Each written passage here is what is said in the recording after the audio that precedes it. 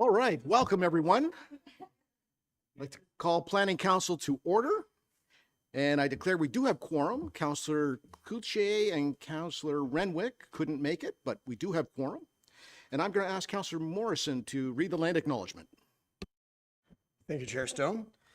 I would like to respectfully acknowledge that we are on the traditional territory of the Anishinaabe under the terms of the Robinson-Huron Treaty Number 61 of 1850 and the Williams Treaties of 1923. We commit to acknowledge, learn, educate, create opportunity, honor sacred places, and take actions towards real truth and reconciliation in support of our commitment to walking the path together in respect, peace, and harmony for future generations. All right, thanks very much. Are there any disclosures of pecuniary interest? I see none. All right. I'd like to welcome everyone to the public portion of the meeting to consider applications to amend the Community Planning Permit Bylaw 2022-97 pursuant to Section 34 of the Planning Act. The procedure of the public meeting will be as follows. A brief explanation of the purpose and effect of the application and any correspondence received to date will be given by staff. The applicant or the representative will be asked to provide any additional comments without repeating the information already outlined by staff. Any members of the public present in person or electronically will then be permitted to ask questions or provide comments respecting the application. Council will then have the opportunity to question the applicant, the planner, or anyone giving presentation. Once the public meeting is concluded and the input is received, the proposed amendments will be considered by Council. Any persons making representation are requested to first state their name and mailing address, and please note that presentations are limited to 10 minutes. It's important to note that should Council approve any bylaw amendment applications this afternoon or this morning, the applicant, the municipality, and certain specified persons and public bodies as defined by the Planning Act may appeal the decision. During the 20-day appeal period, which commences on the date on which notice of Council's decision is provided, no building permits may be issued or other work commenced. If you wish to be notified of the passage of a bylaw, any appeals, or possible Ontario Land Tribunal hearings, you must file either with Recording Secretary or with the clerk a written request for notification prior to the passage of the proposed bylaw. Respecting community planning permit applications, it is important to note that a council decision on such applications may only be appealed by the applicant themselves. Each notice of complete application and public meeting included an explanation of the purpose and effect of the proposed amendment, and notice was required to be posted at the subject lands. Notice was therefore considered to have been provided in accordance with provisions of the Planning Act and applicable sections of the Huntsville Official Plan. Get all that? We're going to move on to the first one. Kirsten's going to speak to the Community Land Trust.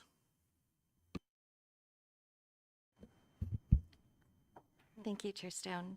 The Muskoka Community Land Trust has been working with the town on the conveyance of land off of Florence Street for the development of 150 residential rental units, with a minimum of 40% of the units being affordable. The units will be distributed through several multiple residential buildings and developed in phases, with access off a private lane off of Florence Street West. And the precinct is proposed to be changed from urban residential low and institutional to urban residential high, with an exception that would increase the permitted number of residential dwelling units from 126 to 150, reduce the required parking spaces from 165 to 124, increase the maximum height of a 78-unit multiple residential building from 11 meters to 14 meters, which would be, and I don't know how to make it shine, but the building on the lower left that says Phase 1 on it would be the building that would have the increased height. Reduce the setback from a steep slope from 15 meters to 5 meters along the northerly lot line, which is the green area at the top of the screen, and to 11 meters along the easterly lot line, which is the side of the property on the far right of the screen. The development would further be prohibited until authorized through a Class 1 community planning permit that would address servicing, tree preservation, the provision of affordable housing units, stormwater management, amongst other matters. The development is proposed to be phased, with Phase 1 consisting of a 3-story residential building atop a single level of underground parking, garbage storage, and mechanical and electrical rooms. And this building would be 78 residential uses with 35 parking spaces within the building. Phases 2 and 3 would each be 3-story residential buildings, and phase 4 would be 3 2-story 4 or 6-plexes. The majority of the slopes on the land will be in a conservation precinct. To assist with the development of the site, council's approved the reconstruction of the town's communication tower.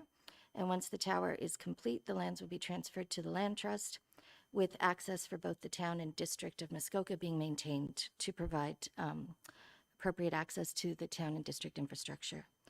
The official plan encourages residential infilling and intensification, and it's designed where it is designed to respect and incorporate the physical, environmental, and cultural qualities that define Huntsville's urban area.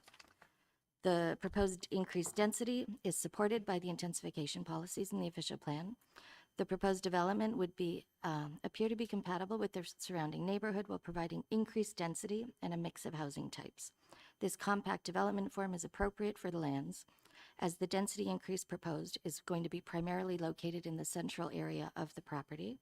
Significant vegetation buffers will be retained in a conservation precinct between the development and the existing uses to the north and east, while the development to the south is located closer to Florence Street.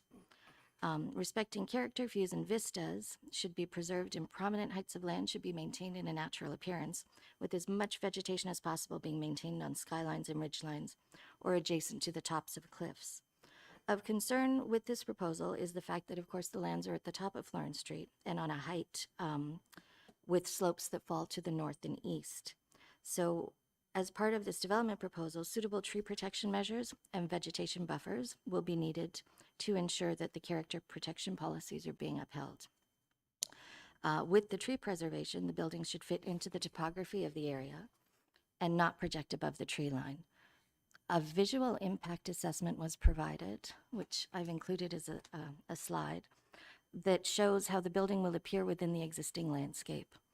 Staff have raised matters of tree protection and will keep discussing options with the Land Trust for protecting the mature tree nature of the site through wide buffers on the down gradient sides of buildings.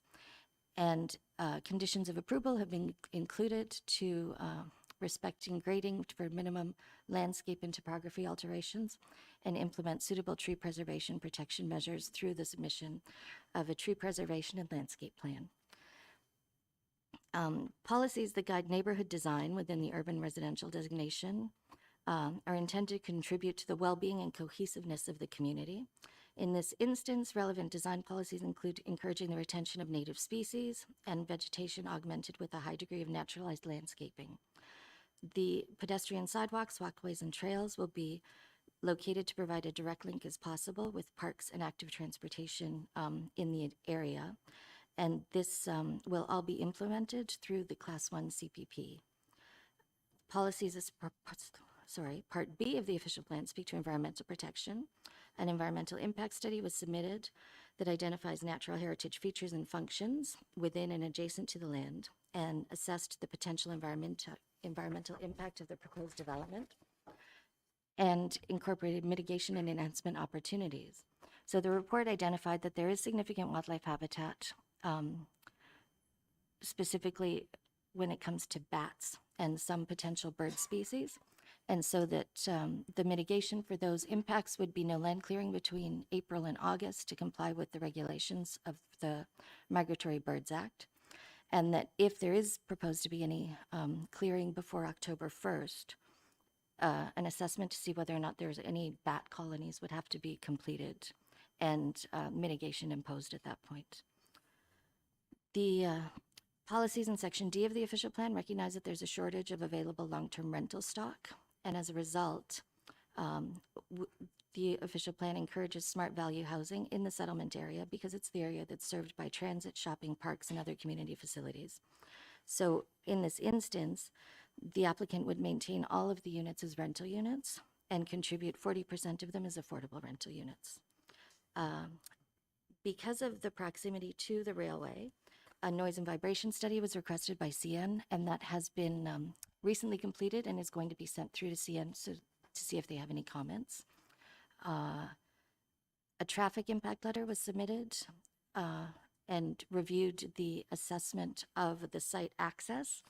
And it was noted that Florence Street is operating at less than 20% of its planned capacity as a collector road, and that it's got ample opportunity to accommodate the additional traffic.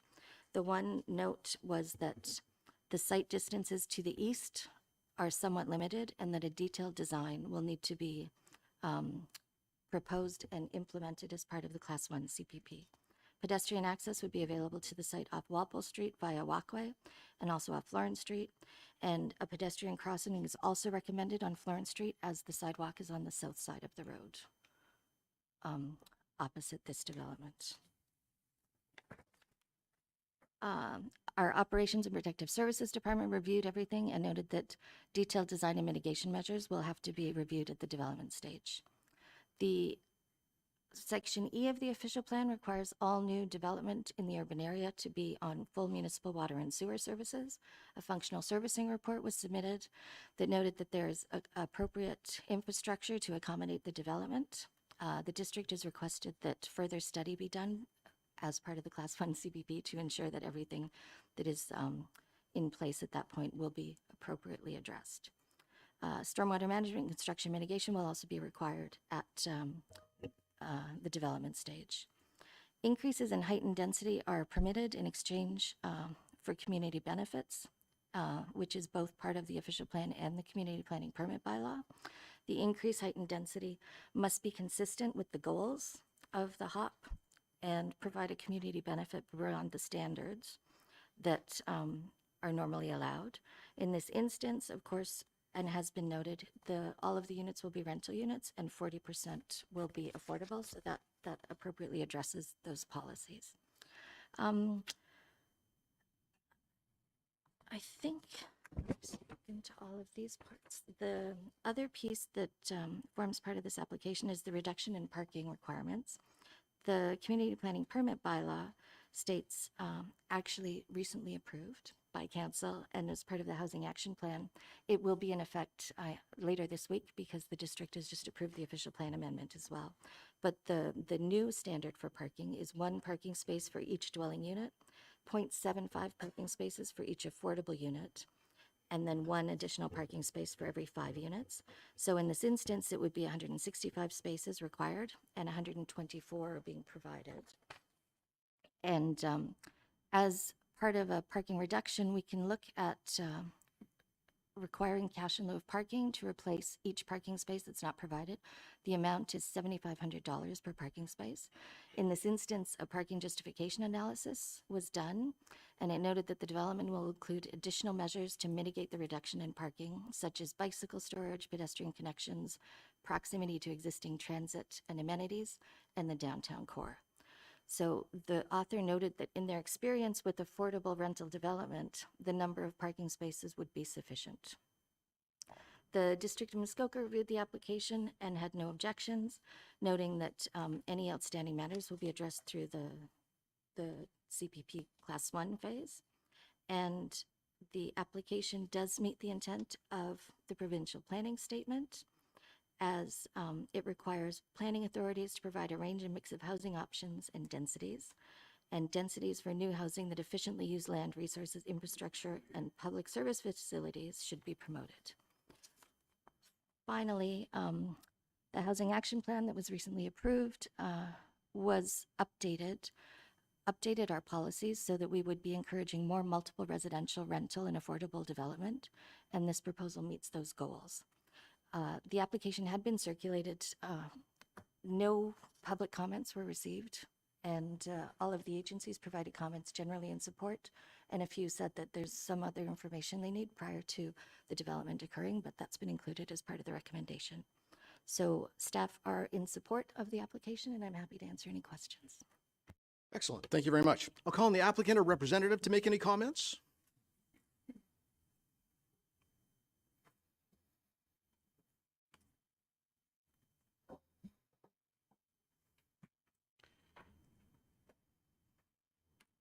Good morning. Good morning, Chair Stone, Council, and staff. My name is Ben Jardine. I'm an agent for the Muskoka Community Land Trust. My address is 721 Fairy Lake Circle in Huntsville. My colleague Burkhard sends his regrets this morning as overnight he became unwell, but really wanted to be here. I'd like to start by thanking Director Maxwell and her entire team in the Planning Department for the detailed report and for their tremendous support in the previous months, working up to today's meeting and presentation. We last presented to Council in June, and although we've had tremendous progress since then, I only have a brief presentation today, really just to show some of our detailed plans and our graphics that we've been working on since then.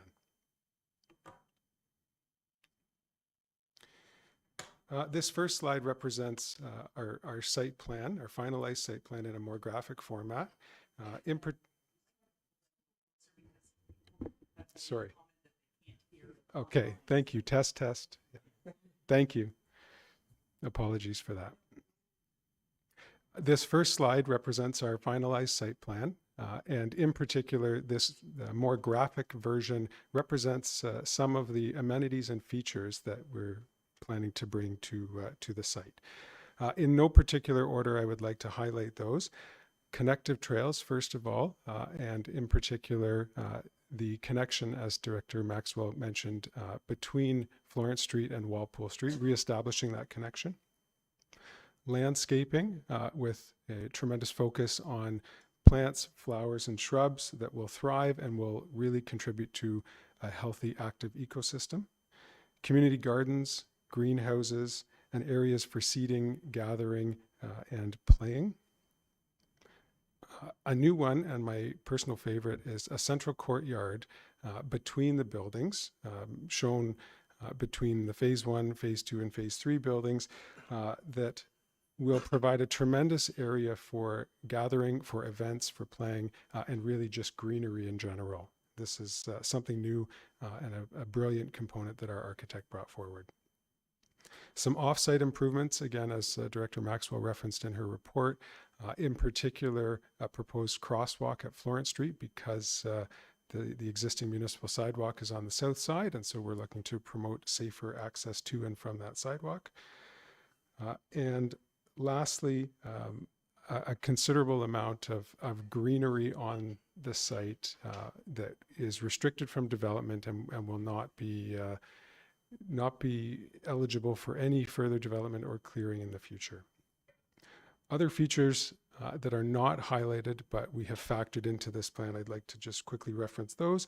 Accessible pathways and walkways, particularly from Florence Street to each of the buildings and each of the major amenities on the property. Dedicated space for a new transit stop at the entrance to the property. And new infrastructure in collaboration with the District of Muskoka that will not just benefit this site, but all of the surrounding existing community.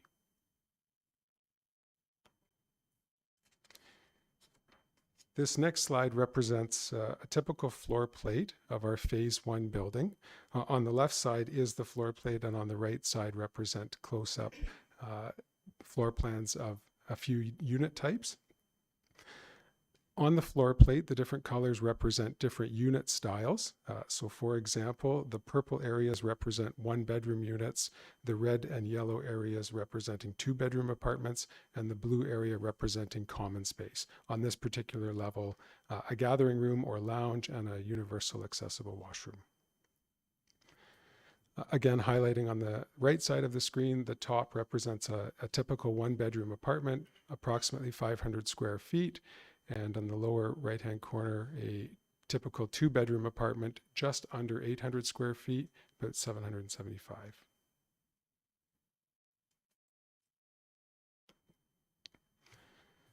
Slide 4 represents a conceptual exterior view. Again, these are early concepts, just a suggestion of how the building could look. Colors, textures, and materials are just ideas at this time and may change.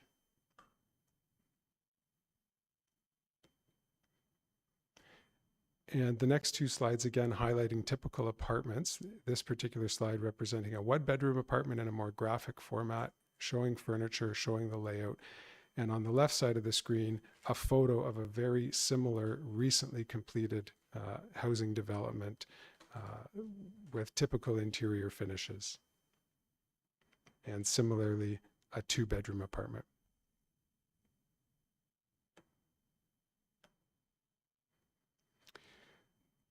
My last slide represents the evolution of the MCLT. I'm showing this timeline not to run through the specific details, but rather to express that today warrants considerable celebration. This particular council meeting culminates nearly a decade of tremendous perseverance by countless volunteers, and in ways pioneering a new type of housing format against many odds to bring development to our community that is healthy, that is affordable, that is actionable, and that is real. Although this is just the beginning and construction hasn't started, on behalf of the MCLT, I wish to express our sincere gratitude to and pride of this council, of staff, and similarly to district council and staff, and to truly regard the significance of this day. This really is a pivotal moment for the town of Huntsville that will surely have a monumental impact, positive impact for generations to come. Thank you. All right. Thank you for that. Members of the public present, is there anyone that would like to speak to this application? See no hands jumping up. Any members of the public online that would like to speak to it, you need to raise your electronic hand.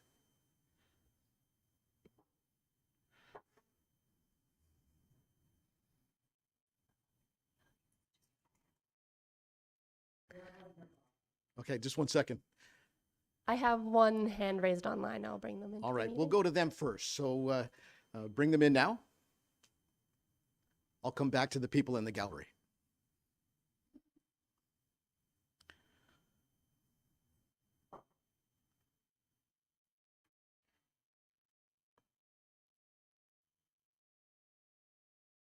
Hello, can you hear me? I can hear you. I can't see you. Okay. Let me change that as well. There we go. I'm representing the Johns family on 28 Florence Street West. We have a significant ownership along the one line, as you can see on the map. Just a quick question for you. Will there be a fence line to keep people from coming and going from my father's property?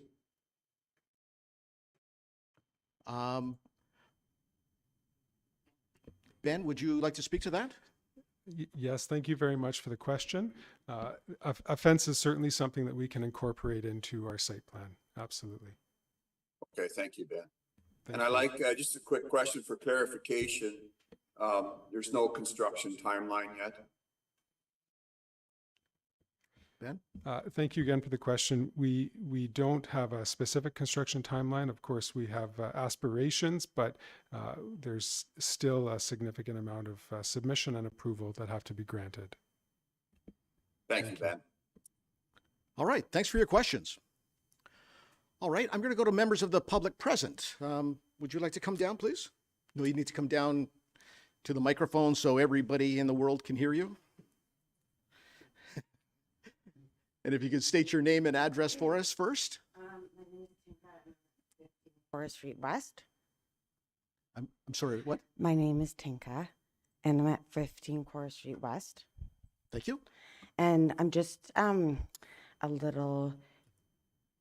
I just want to know, this is for low income housing, or what is this geared towards? All right. Director Maxwell, would you like to clarify? I can. The proposal would be to accommodate 40% affordable rental, and the rest would be market rental. The market rent or the affordable rental limits currently that the District of Muskoka considers affordable would be for a 2-bedroom. I think it's $1,200 a month. So the affordable really isn't low income anymore. It's just actual affordable. Yeah. Okay, so because I know there's a housing crisis and everybody needs a home, but the idea is great, but sometimes low income housing brings drugs and not so nice properties.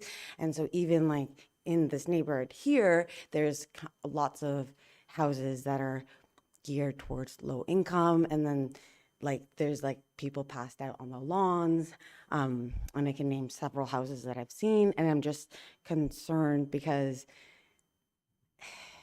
it's like I'm just concerned because I have kids and I'm not a fan of I'm sorry, not low income housing, but like what it will bring to the community.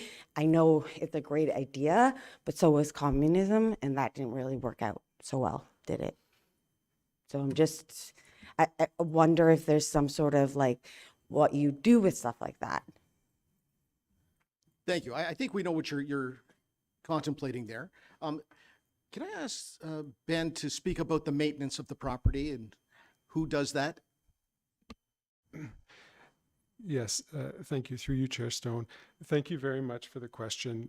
Grateful for this, and really, this is respectfully, this is a stereotype and a stigma that the Land Trust has had to deal with for many years.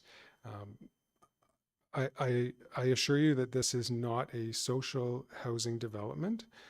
That we are looking to build a community, a mixed community, as Director Maxwell mentioned, of some affordable housing units and market rent units. We are undergoing a very diligent study for what the greatest needs are in Huntsville.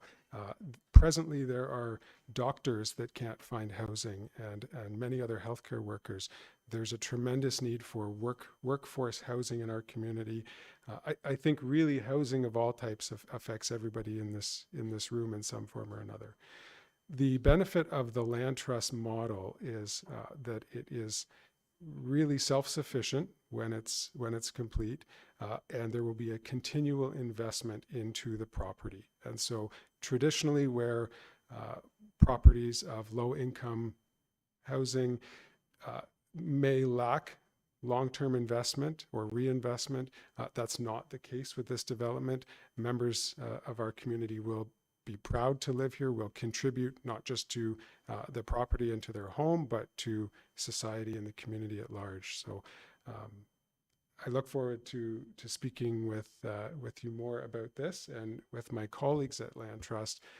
We've done a considerable amount of research and have put a tremendous amount of effort into ensuring that this will be a healthy, vibrant community where each of us could live comfortably. And it will be the Land Trust that maintains the property? Absolutely. And are there rules around like microphone? This is my first time doing this. I've never done this before. Is there going to be rules, like you know how some condominiums have like you can't have political flags, or you have to keep your front porch like a certain way? Is there going to be like rules or some sort of not surveillance, but like accountability for stuff like that? Thank you. Great question. Absolutely, yes, there will be. There is no legislatively established set of rules or declaration document for a land trust, so we're having to create this on our own. But I'm glad that you mentioned the Condominium Act, because that's a great resource for us and actually has contributed a fair bit to the work that we're doing to put in place rules and an entire governance structure to ensure that there's long-term, forever accountability. Great. Thank you very much. Thank you. There's another member of the public that would like to speak. Come on down. Okay.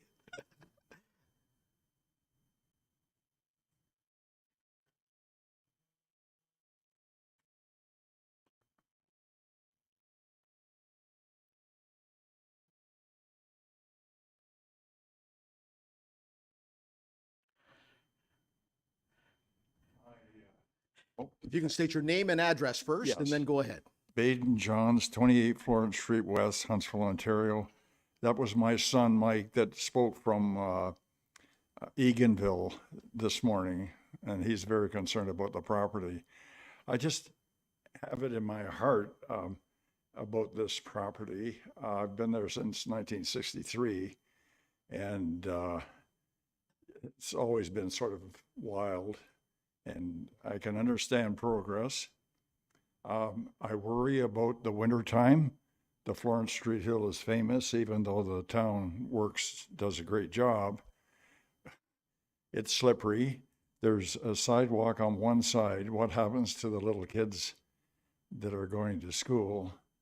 And the increased traffic, I don't mean to sound like an old fogey, but it's there, and it's a secondary main route for the main street. When there's a problem on the main street in the West End, people come over the hill, and they don't drive. Some of them don't drive 50 miles an hour. They drive very, very quickly. So it's just, I'm speaking from my heart, and I'm concerned about what's happening there, and I love my town. Thank you. Thank you very much for that. Would you like to speak as well?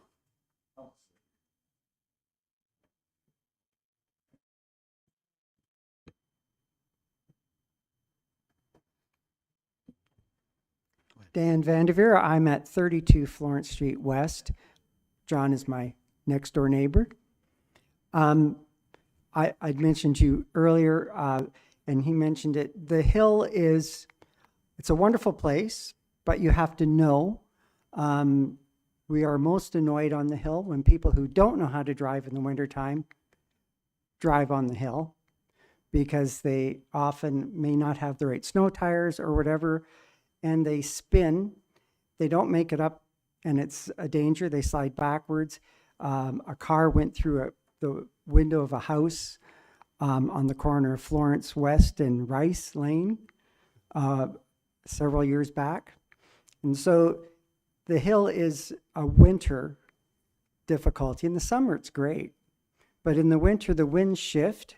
I know this because my porch is on the east side of the house, and all summer it's dry.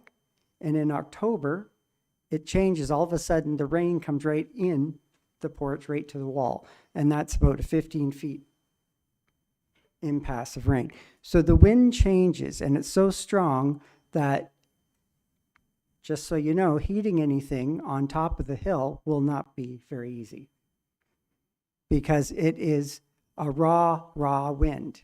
And it's on, if you've ever walked on Florence Street in the wintertime, even with a hat on, your head is freezing or your eyeballs are freezing.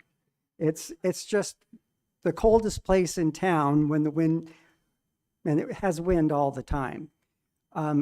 Also, the area there does have some native plants which are growing there. There's wild leek, a patch of wild leek up on top of the hill. And there's been an increase in Jack in the Pulpit, which have been almost decimated. And there are a few of the tiger lilies have come back, and they've been gone for a long time. So there are those things that people environmentally will say that, they've come by, I've run into them and they say, these are the plants to watch out for. And so those are there. There could be at any time between 2 to 15 deer that sleep on the hill, in the trees, in amongst the things. Strangely enough, on the hill near the top, because of the lumps in the ground, which are caused by the hill being a glacial till, which is a pile of rocks. So when they were blasting for the condos over the hill, you could feel the whole ground shifting there. So it may not be as stable as you think. Just to be aware, because I've noticed that ground change with the increase of rain. The soil has gone down through, and even when they were blasting, trees fell down on that section of the hill. So there's motion in the ground, which is concerning, especially when I'm downhill of it. So it's just, and it would be more of a concern to people on Lorne Street, because they have no backyard, just the cliff. Anyway, that's my thoughts on that. I agree with good housing for everybody, but it may not be sustainable up there. It may not be accessible by everyone because of the hill itself. Thanks very much. And I know staff are listening, so if other studies are necessary, then we'll make sure that's done. Is there anyone else that would like to speak to this application? Come on down.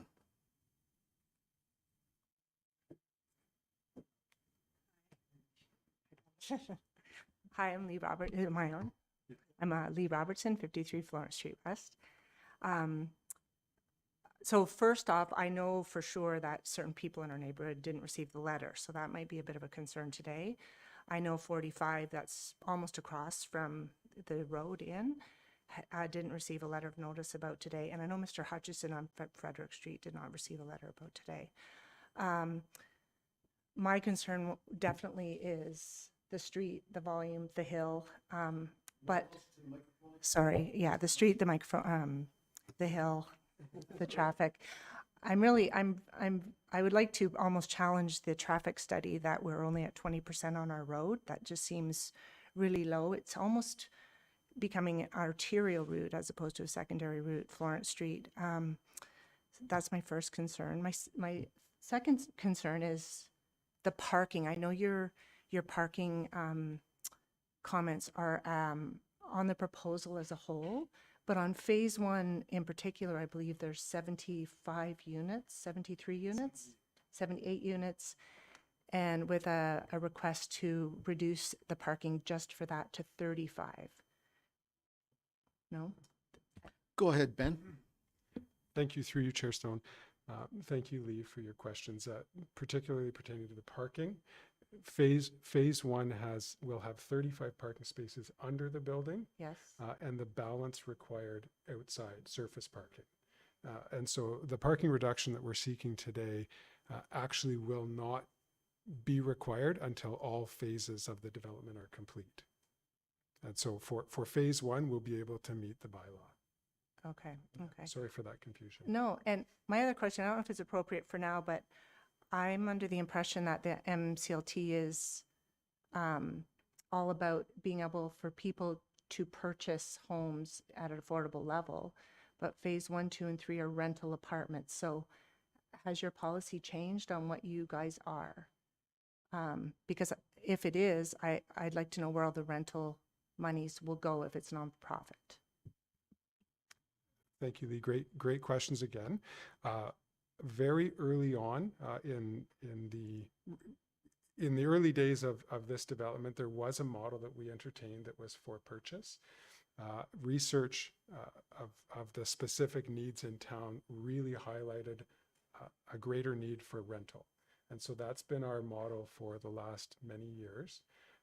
None of these units will be available for purchase. And really, as we were exploring both models, the purchase option gave us, it was a lot more difficult to execute, both from a financing perspective to build and also from a long-term perspective. In other words, maintenance, where does the maintenance money come from, operating budget, et cetera. So again, a great question about the long-term revenues that come into play. Our hope is that there is surplus from the rental money that's received that we can use to increase the number of affordable units greater than 40. As of right now, any rental money that is received will go towards, first of all, paying the debts. There'll be a big capital loan through Canada Mortgage and Housing Corporation to build this development, a healthy reserve fund to ensure that there is ongoing money for investment, and then simply operating the property. And so any surplus monies that are realized stay in the Land Trust Corporation for this specific property. But you're still asking for the land to be donated. Correct. Okay. My third concern is definitely the variation for the fire. I'm not going to word this properly. The fire wall, the fire reduction. To me, that seems like something that should really be studied. You're asking, so they're asking, correct me if I'm wrong, but the fire reduction that you're asking for? Height reduction for firefighting, is it not?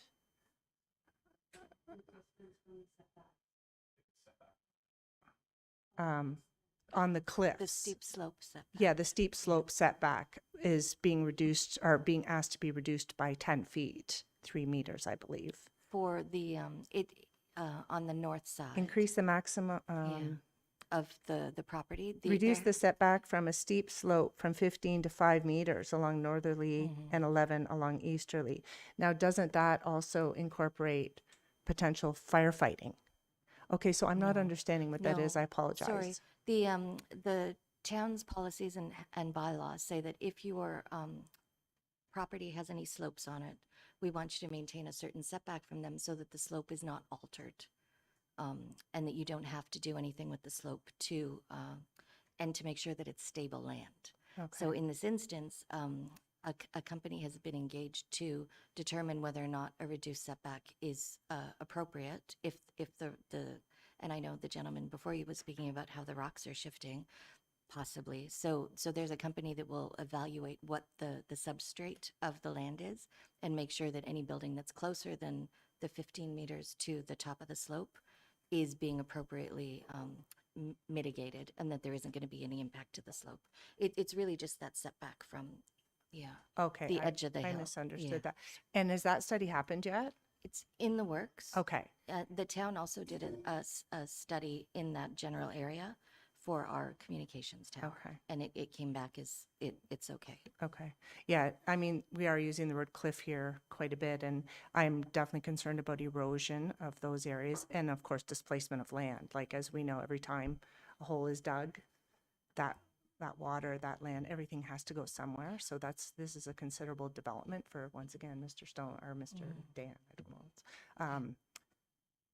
Atop of the hill, Yeah. the displacement, the And erosion. that's why the piece of the property from, I guess, about 2/3 of the way through back towards Walpole will all be in that conservation zone so that no alteration of that slope is occurring. Right. So- Yeah, okay.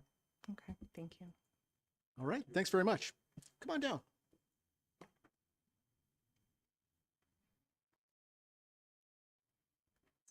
Good morning. Good morning. My name is Christy Robertson. I am at 45 Florence Street West. So myself and my partner did not receive a letter for this meeting today, which was a big concern for us. Sorry, nervous.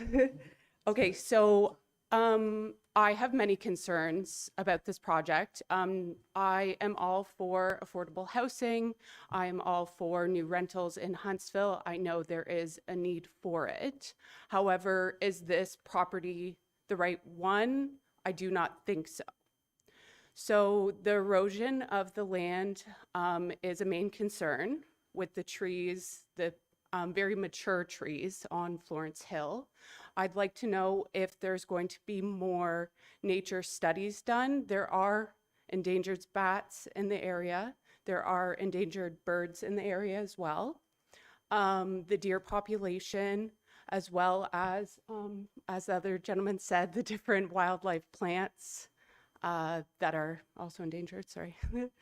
As well as this crosswalk that Mr. Jardine has brought forward today. So I'm sure most of you are familiar with Florence Street Hill. And a crosswalk across the hill, people fly across that hill. If there is a crosswalk there, there will have to be lights put in. It will not work as just a normal crosswalk. And again, I do have a concern with the hill in the winter time. If you do not have four-wheel drive, you will not get up that hill. It is a main thing that everyone on our street basically has, because in the wintertime, the hill does get icy. Just last year, I had to stop 5 times to let people slide down the hill so that I could get to my house. It is a very steep hill. People do not realize, especially in the wintertime. And that is all. That's great. Thanks Thank very you. much. Can I ask staff to speak about the studies that we're having done regarding the ecology and stormwater management?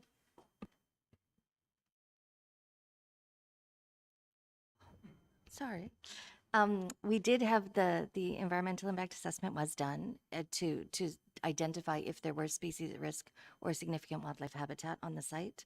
And the study came back and noted that there were a couple of things that specifically with the tree clearing that would need to be addressed, but otherwise there wasn't any concern for anything in that specific location. For the other studies, functional servicing was provided. As part of future development, we will need to have stormwater management, and the functional servicing includes construction mitigation measures so that it would prevent any erosion on site while a building is being constructed, or maintaining those slopes properly. We are also need confirmation that the hydraulic modeling for district servicing will have to be part of the next phase. Like I said, the noise and vibration study was just submitted this week. Tree preservation and landscape plan is also in the works with the MCLT. I know they have someone looking at how the trees can be maintained on top of the hill in addition to around the perimeter. And the slope stability assessment will also be coming in the near future. The any changes, the initial studies that have been submitted all said the development is feasible and that there aren't any concerns. Those couple of items highlighted about the traffic and potential off-site changes that will have to happen will form the next piece of the development, and they will have to identify what those measures should be, where they should be located, what the town wants to see in those accommodations, if we want the road widened a little bit on that side or not, that those are things that are going to have to be addressed. I know that Council has also recently approved some traffic calming measures in other neighborhoods, and I think this is something that town staff would also be recommending, that there be traffic calming along that street, as it is a secondary street. I know the other item that was raised was that it's used as a secondary route. Absolutely. The road, when it was rebuilt, was built to what's considered our collector road standard, and that standard of road, the way it was constructed, can accommodate a significant amount of traffic, which is why they're saying that it's at 20% now, because the type of road that it is was built to accommodate lots of traffic in the future. So. Thanks for that. All right, I'll do one last call out. I'm sorry, you've already spoken.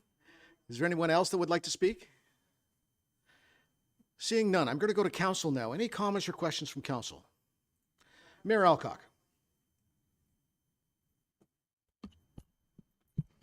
Thank you, Chair Stone. So I had a number of questions, but I have to confess that I think with staff and Ben, you've done a great job at answering the ones that I had been thinking about. But I do have a couple of comments, and that it starts with one. I really appreciate all of the comments that have been made today.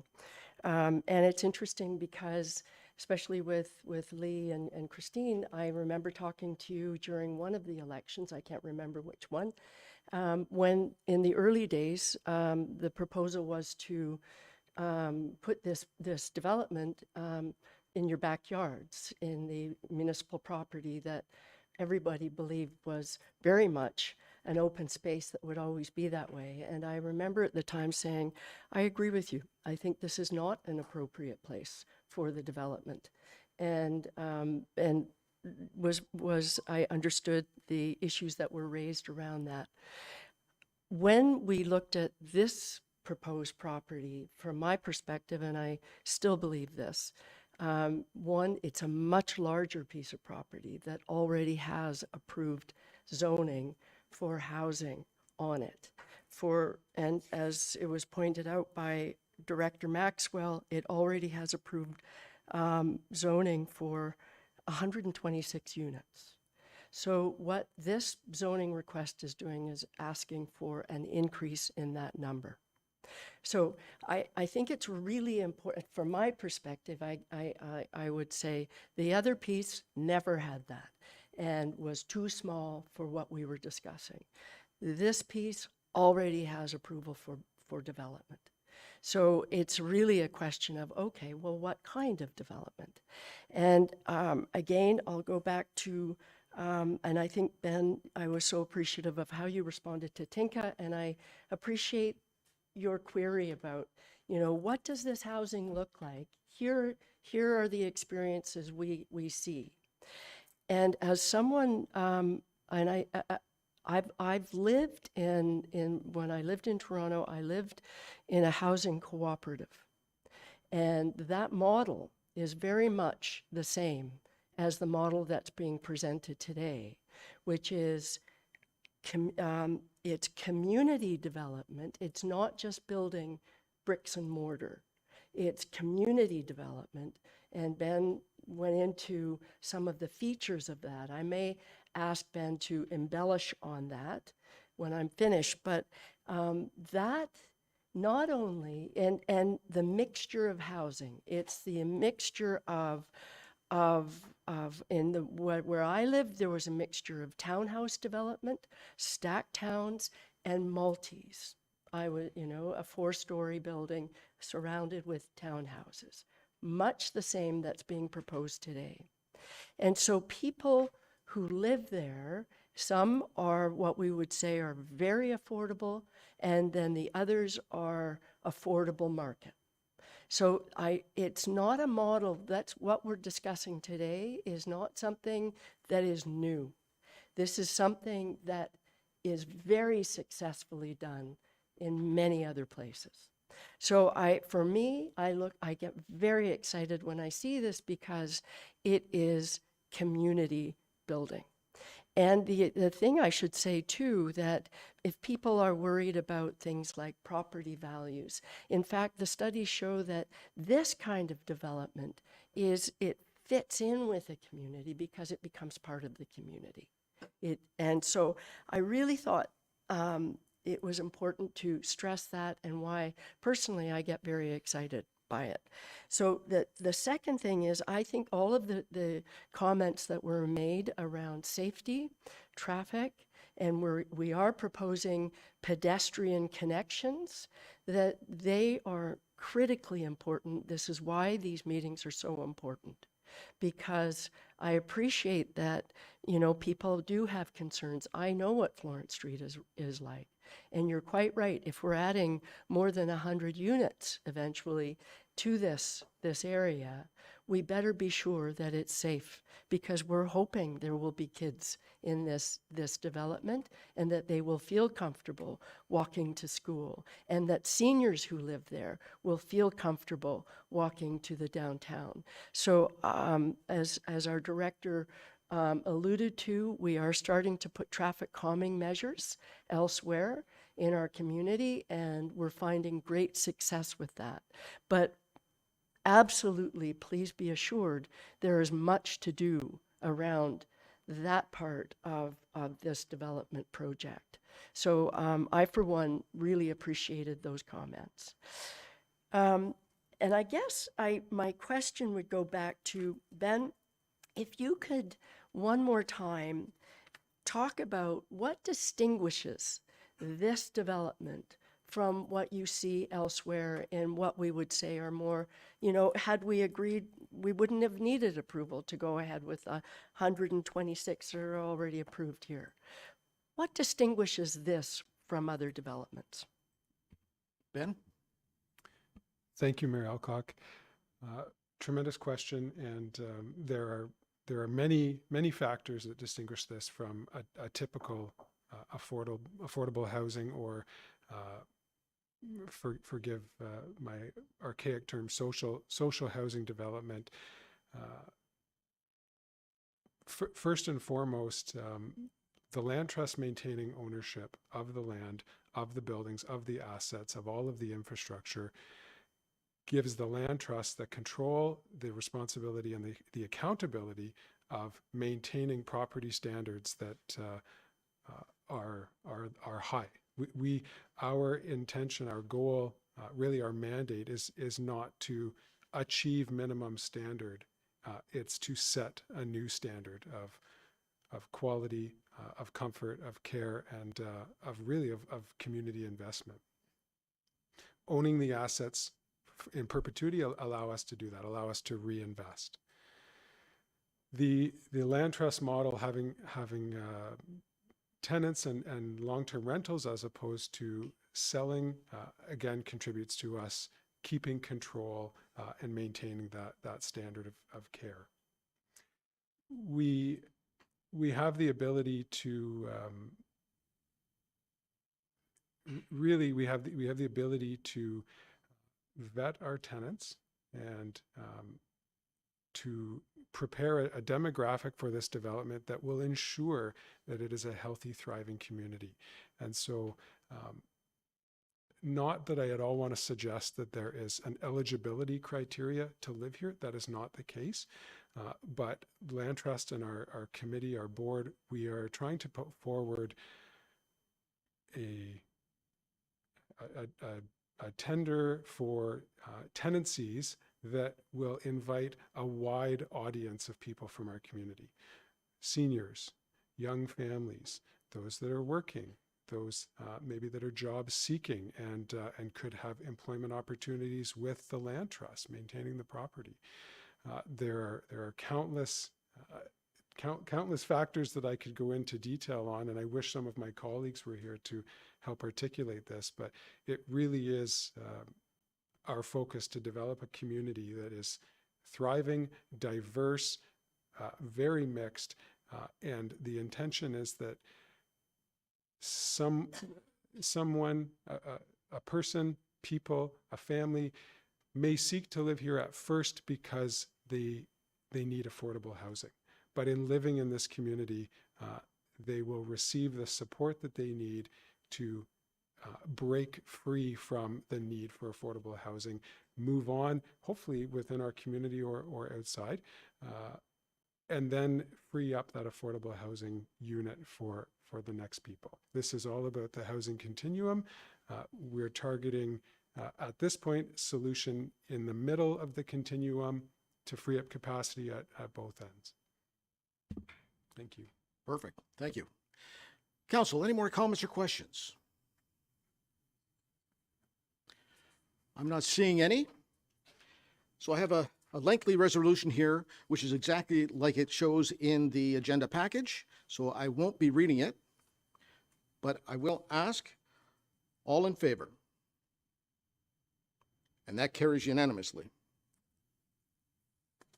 And thank you to the public. Some great questions that have really clarified what kind of development we're looking at here. Thank you for your input. All right, we're moving on to the next application. I'm going to ask Kelsey to come forward to speak to the broadband application.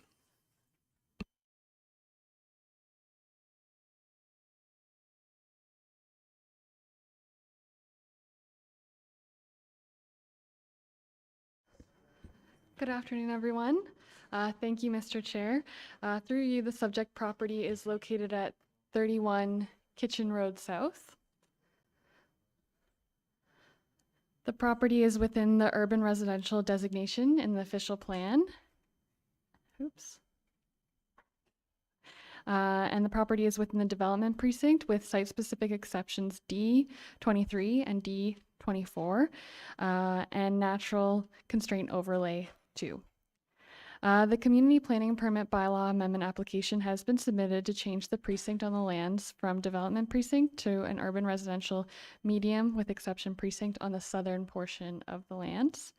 And this is to permit a 28-unit development consisting of a mix of townhouses, semi-detached, and single detached dwelling units to reduce the required width of an exterior townhouse unit from 8.5 meters to 7 meters.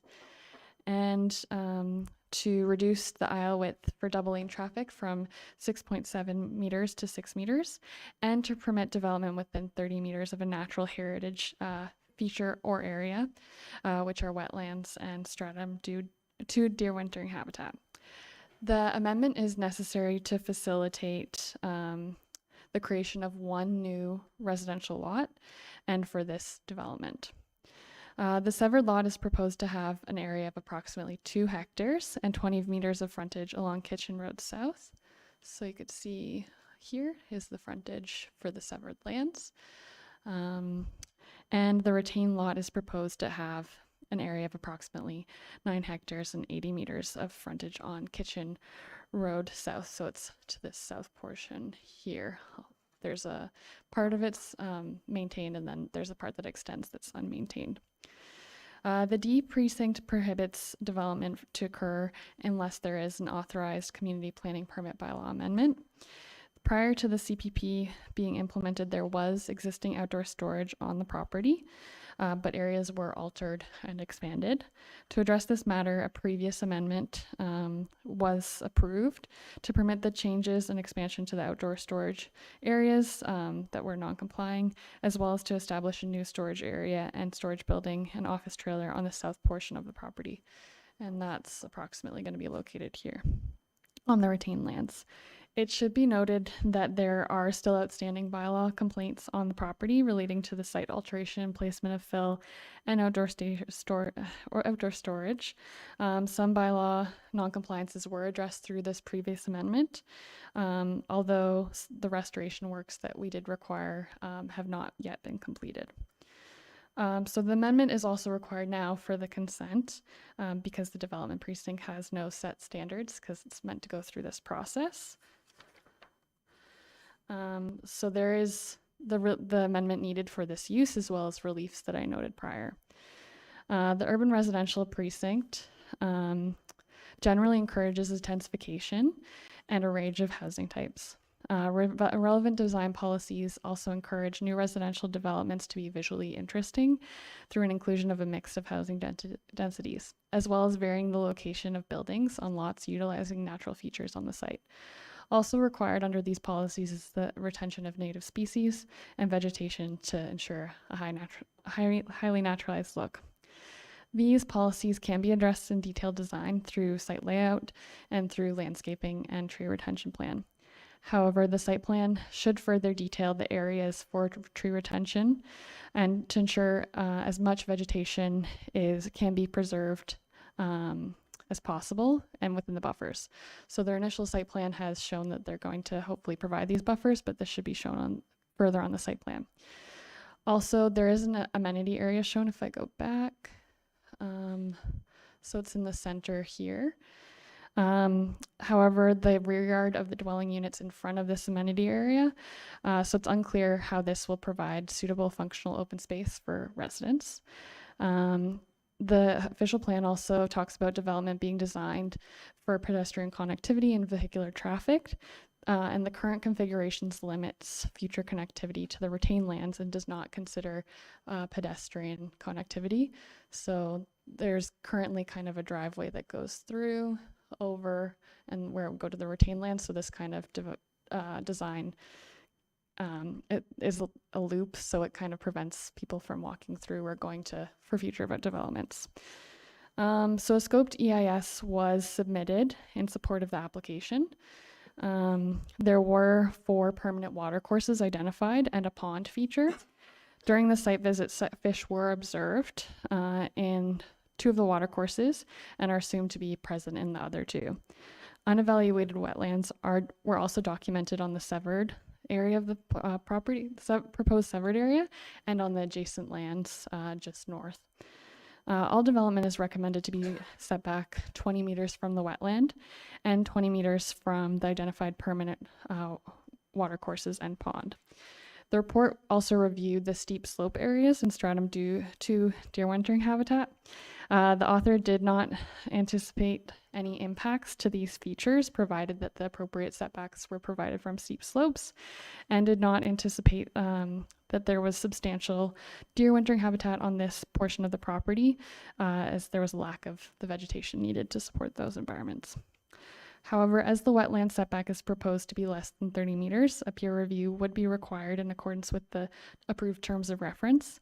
Additionally, the scoped EIS should further review the functional servicing report, as there are some contradictions with the location of the stormwater infrastructure and the recommended buffers to natural heritage features. Forget if I have, the town's operations department also further reviewed the functional servicing report and provided technical comments which should be addressed. In their comments, they also noted limited discussion to the impacts of this infrastructure on the streams, and noted that they should do a thermal loading assessment of what it would look like if there's stormwater going towards these features. A lot of these comments can be addressed in detail in design. However, items related to the environmental impacts for the proposed stormwater management should be addressed prior to making a decision. A traffic impact brief was also submitted, which reviewed the impacts of the development for the proposed, for the existing road infrastructure. The study reviewed the traffic impacts, traffic operations, sightlines, intersections, and concluded that the development is not expected to negatively affect the operation of the existing road network. Operations staff have reviewed this brief and noted that pedestrian safety analysis was not included, and that Kitchen Road South is also a missing link in the sidewalk master plan. The application was circulated in accordance with internally and in accordance with the Planning Act. District staff noted that the comments contained were provided and were contained within attachment 4. District staff were not opposed to the approval, provided the recommendations within the EIS are followed, and they implemented hydraulic modeling. Initial technical comments were also received from internal commenters and provided to the applicant. At this time, the application is being brought forward for information only. Once the scoped EIS is peer reviewed and all updated reports have been provided and technical comments addressed, staff will be in a position to provide a recommendation. Thank you, and I'd be happy to answer any questions. Thanks very much. I'll call on the applicant or the representative to make any comments.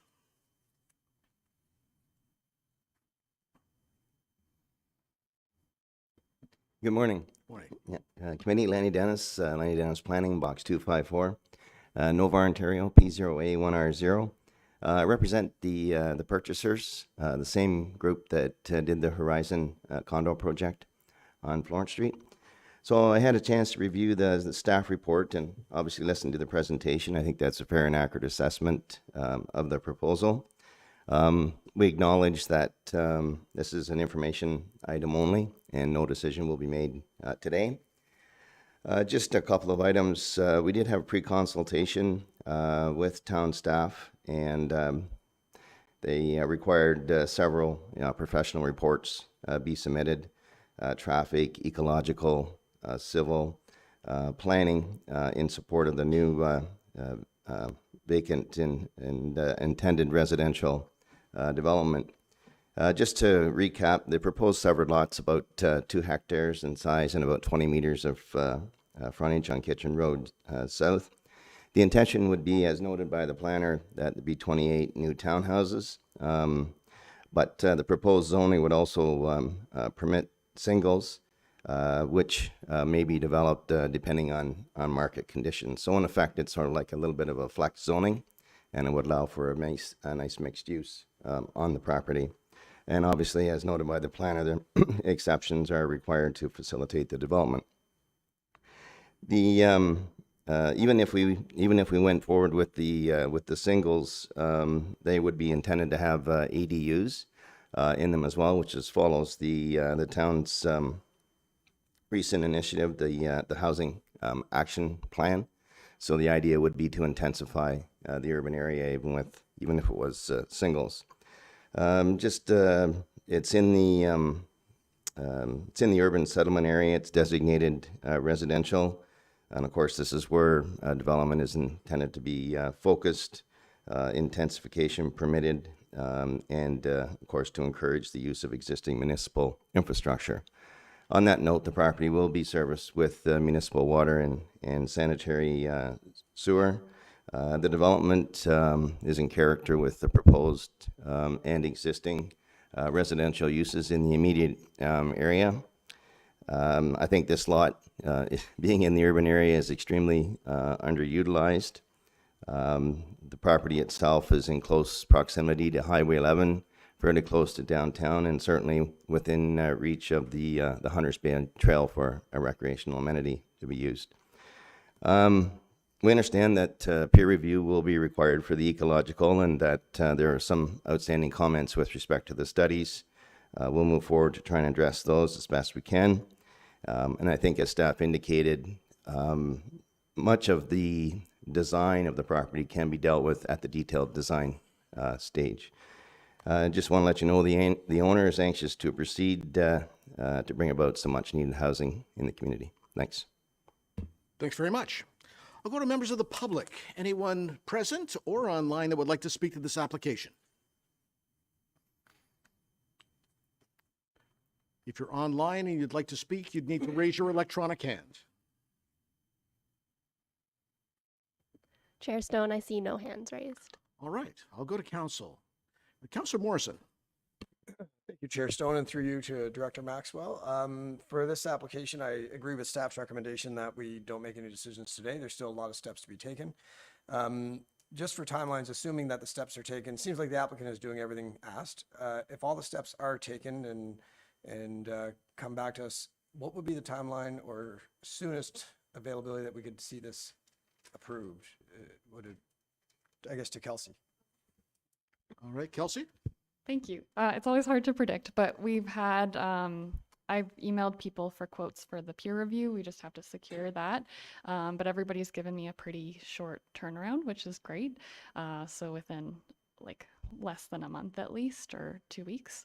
But yeah, then it's off. Like sometimes there could be a lot of time back and forth. So it's hard to know, but if we have everything moving along, hopefully sooner, as soon as possible. Yeah. Great. Councillor Clark. Thanks, Chair Stone. The report mentioned that there was some bylaw complaints, so I'm just wondering, can the bylaw complaints be addressed before the application comes back to council? Because I really think that we should have those dealt with before the application comes here to be approved. Go ahead. Thank you for the comment. Yes, we have been working with the bylaw department on the outstanding complaints and have noted to the owner that those are issues and need to be addressed, and some of those are around features that were identified in the environmental impact assessment, and that those works continuing would be detrimental to it wouldn't be not good for this current application. So that's been noted to the applicant. Thank you. I've heard of those complaints as well. All right. I see no other hands from council. As you know, it came for information only, so there's no resolution. So we're going to move on to the next application. Madeline, I believe you're speaking to the Stevenson application.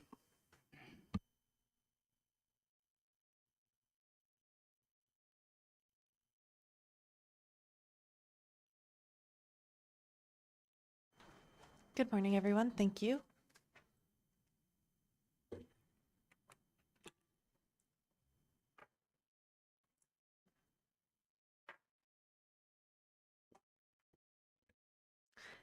Thank you, Chair Stone, and through you, the property is located at 90 South Mary Lake Road. The lot is designated community business within the Port Sydney settlement area in the official plan and is under the Community Rural and Business Employment with previous site-specific exception C1 1152 in the Community Planning Permit Bylaw.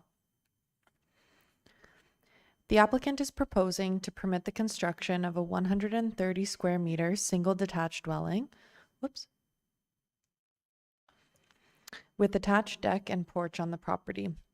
To facilitate the proposal, a bylaw amendment has been submitted to change the precinct from a community rural and business employment precinct to a community rural and business employment with exception precinct, which would permit a single detached dwelling as an additional accessory use on a lot with a motor vehicle body shop, prohibit development until authorized through a community planning permit, ensure the Director of Development Services is satisfied that legal access to the subject land has been established, and a technical report to address the wetland and stream have been submitted by a qualified professional, and incorporate previous site-specific zoning exception C1 1152 into the new site-specific exception under the Community Planning Permit Bylaw. In incorporating the previous exception, that exception would then be deleted from the site-specific zonings exceptions table in the bylaw. So some history. In 1996, the property was severed, and a condition of the consent was that the zoning be amended to restrict a number of uses on the property to low water usage use only. Further, access to South Mary Lake Road to the subject lands was restricted as a 1-foot reserve was required to be transferred to the Ministry of Transportation for upgrades and improvements with their agency. Therefore, access to the subject lands was then provided over the neighboring property at 84 South Mary Lake Road. However, the access was not provided in perpetuity. Should the proposed amendment be successful, the applicants would be required to establish perpetual access to the subject lands prior to a community planning permit being issued. The Community Rural Business Employment Precinct generally applies to employment properties within the Port Sydney Community Settlement Area and supports various rural, commercial, and industrial uses. Under this precinct, motor vehicle body shops are permitted primary uses, and under accessory use permissions, dwelling units are permitted within this precinct on the second floor of a building. However, no dwelling unit is permitted on a lot used for motor vehicle body shops or service stations. The intention of this provision is to ensure compatibility between sensitive land uses. In this instance, however, the applicants are requesting that a dwelling unit be permitted in a detached structure and on a lot which contains a motor vehicle body shop. The applicants are proposing that the dwelling would be sited approximately 50 meters from the existing motor vehicle body shop, and that the dense mature treed buffer would be retained to mitigate visual impacts, noise, and increase privacy. The community business designation acts as a service area to the community and traveling public. The community business area east of Highway 11 along South Mary Lake Road is characterized by small plaza development and service-related commercial uses. It is intended that this area serve as the core for any new intensified commercial development within Port Sydney. It should also be noted that residential uses are not listed as permitted uses within this designation as of current, however, was recently changed through the Housing Action Plan. In this instance, the community residential designation is immediately to the east of the subject lands, and Section F of the official plan notes that boundaries of designations shall be considered approximate, and where the general intent of the plan is maintained, minor boundary adjustments will not require an amendment to the official plan. In this instance, the proposed accessory single detached dwelling lends itself as a permitted use within the neighboring community residential designation, but not currently within the community business designation.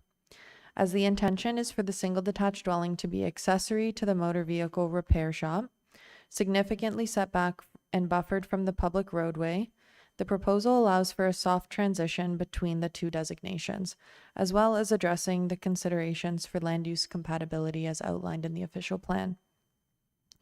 Further, when considering natural constraints, our mapping has identified a cold water stream running through the southwest corner of the property.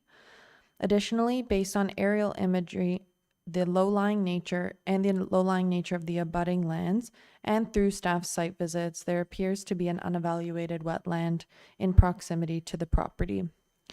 The applicants have approximated where the boundary of the wetland could be due to this low-lying area and changes in vegetation. And it does appear that the majority of the unevaluated wetland may be located on the abutting property.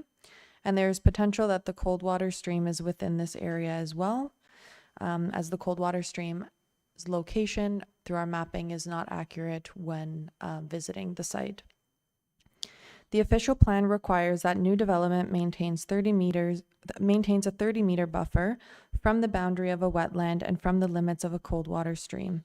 And in this instance, the cold water stream is not appropriately mapped on site. However, the applicants are intending to meet the required buffers, 30-meter buffer from the wetland and from the cold water stream. And to address the natural heritage protection policies of the official plan, a condition is recommended to ensure a proper environmental study is prepared in support of any proposed future development on the site, which require the wetland and cold water stream to be delineated prior to a community planning permit being issued.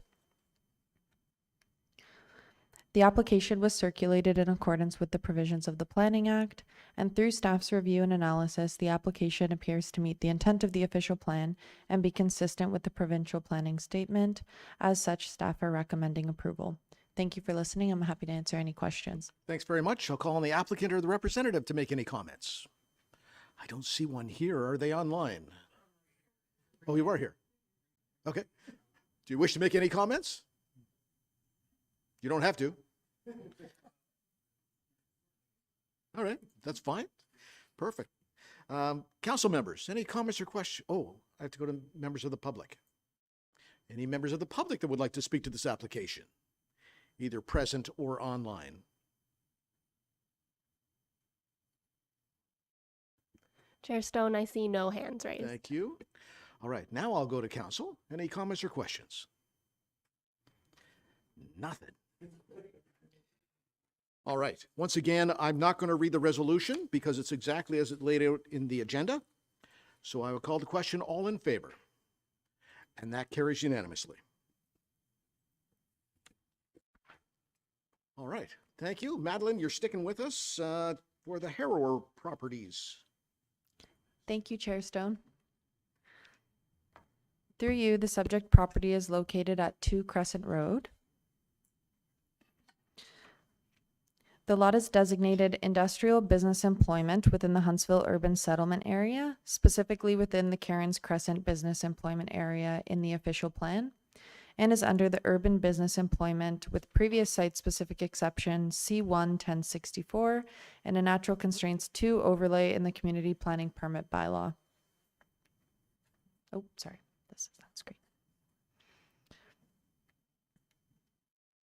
An application has been submitted to recognize an existing contractor's establishment on the lot. The application also proposes to retain the existing base precinct on the lot, being the urban residential employment precinct, but remove previous site-specific zoning exception M1-1064, which limits use on the land to only a day nursery and a parking lot. The existing urban business employment precinct would continue to permit a contractor's establishment, and no further site-specific exceptions would be needed. The applicant wishes to remove the restriction with the current exception to allow flexibility of uses that are permitted within the urban business employment precinct to possibly be established on the property. In 1995, the zoning on the property was amended from a highway commercial zone to a light industrial with exception 1094. The exception restricted uses on the property to only a day nursery and parking lot as previously mentioned, and through background research, it appears that this restriction was implemented to limit the permitted uses on the land due to the lot being tied to the former uses on the property of 1 Crescent Road, which we now know to be the Good Food Co-op.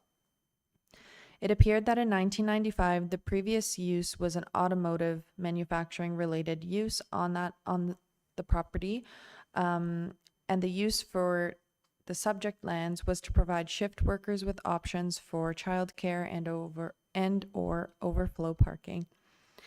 It does not appear that a day nursery or childcare facility was ever constructed on the lands, and the current contractor's establishment was not established legally on the property, and based on aerial imagery, appears to have been in operation since prior to 2008. The urban business employment precinct applies to employment properties within the Huntsville urban settlement area and supports various commercial and industrial uses. In this instance, no new development is being proposed for the lands, and rather the applicant wishes to remove the restriction. And in doing so, the existing contractor's establishment use would become legal and options for future land use possibilities would open up. As mentioned, that the subject lands are located within the Karen's Crescent business employment area, which is located at the southeast end of the town between Kitchen Road and Highway 11, and contains a variety of established light industrial and commercial uses, and permits retail grocery outlets and accessory residential uses. The protection of commercial lands is valuable in every community, and with the applicants requesting to lift the use restriction on the property, a variety of business employment related uses could be proposed for the property. Development in the business employment designation will be subject to a community planning permit application to establish the use.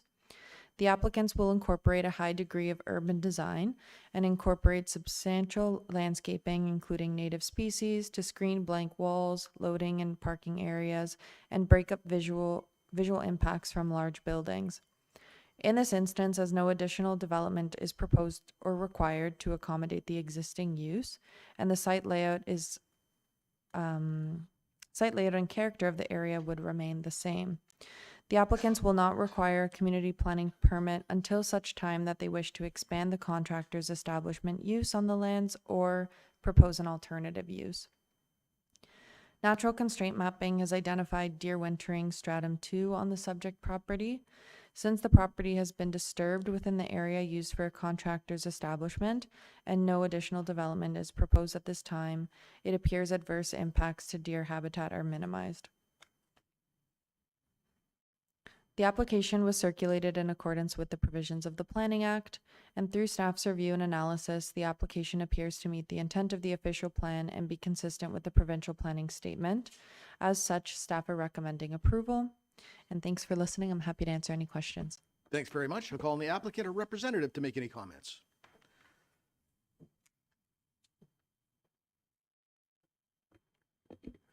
Good morning, Chair Stone, members of council. Graham Heisinga, land use planner with Tulloch Engineering, 80 Main Street West, Huntsville, Ontario, P1H1W9. Don't have very much to add to this one. Thank Madeline for her comprehensive review there. As she noted, it seems that in the 90s, when this property was kind of informally tied to the automotive manufacturing use, kind of kitty corner to it at 1 Crescent Road, the intent maybe at the time was to build a daycare facility for the kiddos of the shift workers there, and maybe provide some overflow parking. Obviously, that never materialized. And when my clients inherited the property, they obviously wanted to open it up to allow for some flexibility for future uses and also permit or legalize the existing contractor's establishment, pretty low impact contractor's facility that's been there for quite some time, as Madeline mentioned. So no substantial plans for the property at this time, but this redesignation will allow for the future ability of the property to be flexible in its application of the existing designation. So happy to answer any questions, and thank you for your time. Excellent. Thank you. Members of the public, either present or online, that would like to speak to this application. I see none here. Chair Stone, I have no hands raised. Council members, Mayor Alcock. Thank you, Chair Stone. And it's a very quick question, and I think, Graham, actually you answered it, but I'm just, I was going to ask if the applicant had any idea when they might be bringing forward a community planning permit application, but it sounds like not really on the radar. Graham? Through you, Mr. Chair. Thank you, Mayor Alcock. I can say that at a high level, we've taken some looks for this property owner at what could be built on the property. So there is some interest, but at the present time, nothing proposed. Thank you. I see no other hands from council. So it's a short one, but I'm still going to say that it's exactly as in your agenda package. So I'll call the question. All in favor? And that carries. All right. At this time, we're going to take a 10-minute break.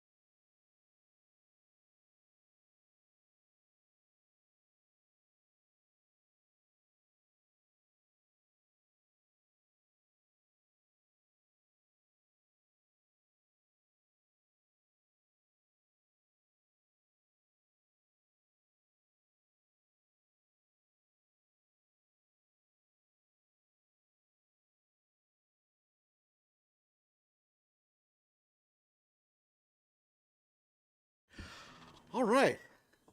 Lisa's in the hot seat now with the Callum and Steinoff application.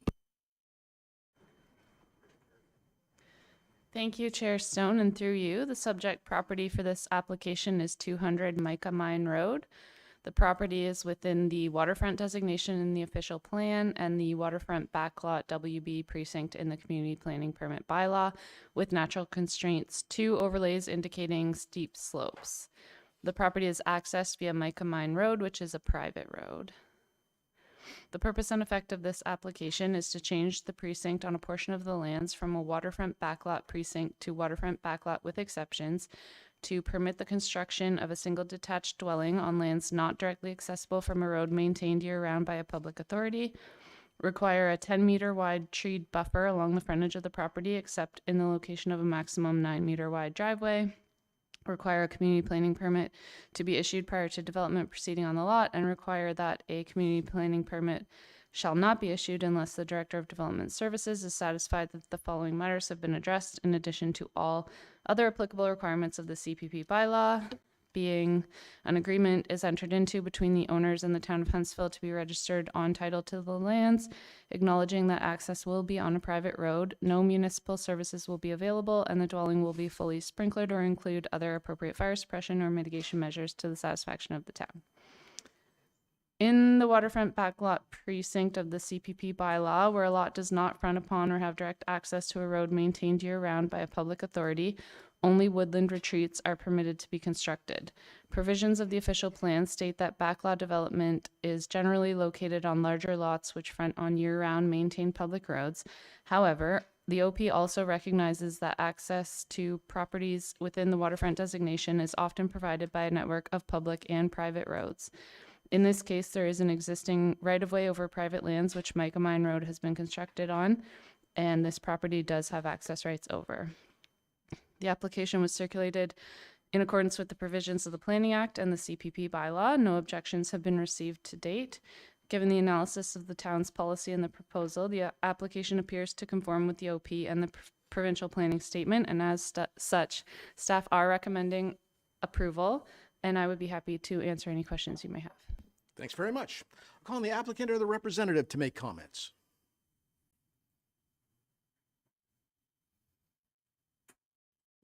Morning. Lenny Dennis Planning. Represent the owners. One of the owners is here in the gallery today. Anyways, had a chance to review the staff's planning report and obviously listen to the presentation. That's an accurate reflection. I certainly appreciate the efforts of staff bringing the application forward. Just very briefly, the merits of the proposal. The owners have been paying taxes on the property for many years as a building lot, so they essentially want the ability to be able to construct a single-family dwelling on the property and for estate planning purposes. It's pretty close to the urban area, close to commercial, recreational amenities, as well as emergency services as far as that goes. The existing Micah Mine Road is a private road that access this property as well as probably 15 others along that stretch of road, and I think even 3 of them in a similar circumstance to this, where it's sort of on the opposite side, not the water side of Micah Mine Road. Basically, the area is characterized by single-family residential dwellings, so it reflects the character. As noted by the planning department, the owner is prepared to entertain and enter into an agreement to provide a sprinkler system for the new dwelling and recognize the fact that the access is via a private road. And I think it's probably through this agreement process is an improvement and a betterment than what exists presently on Micah Mine Road. The building envelope was shown briefly in a photograph. It's sort of in a cleared field area, so the area has already been cleared. So any future development would be in that envelope, so it minimizes the disruption and disturbance to the property. And in fact, the town has indicated through their process that they'd like to retain the tree buffer, save and except for a driveway along Micah Mine Road to minimize the visual impacts. There's no need for any additional services. It's a private road, private services. In fact, constructing new dwelling will add to the tax base to help offset and pay for the services that are already being provided on the abutting road network. Anyway, so respectfully request committee recommend approval of the amendment to council. Thanks. Thanks very much.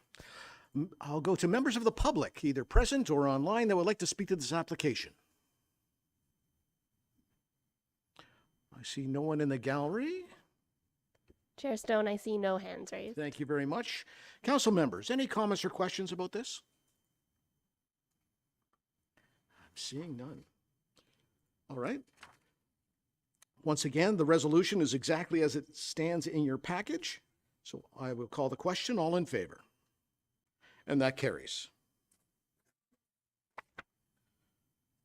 All right. And Lisa, the Earl application. Thank you, Chair Stone, and through you, the subject property for this application is 569 Ripple Lane.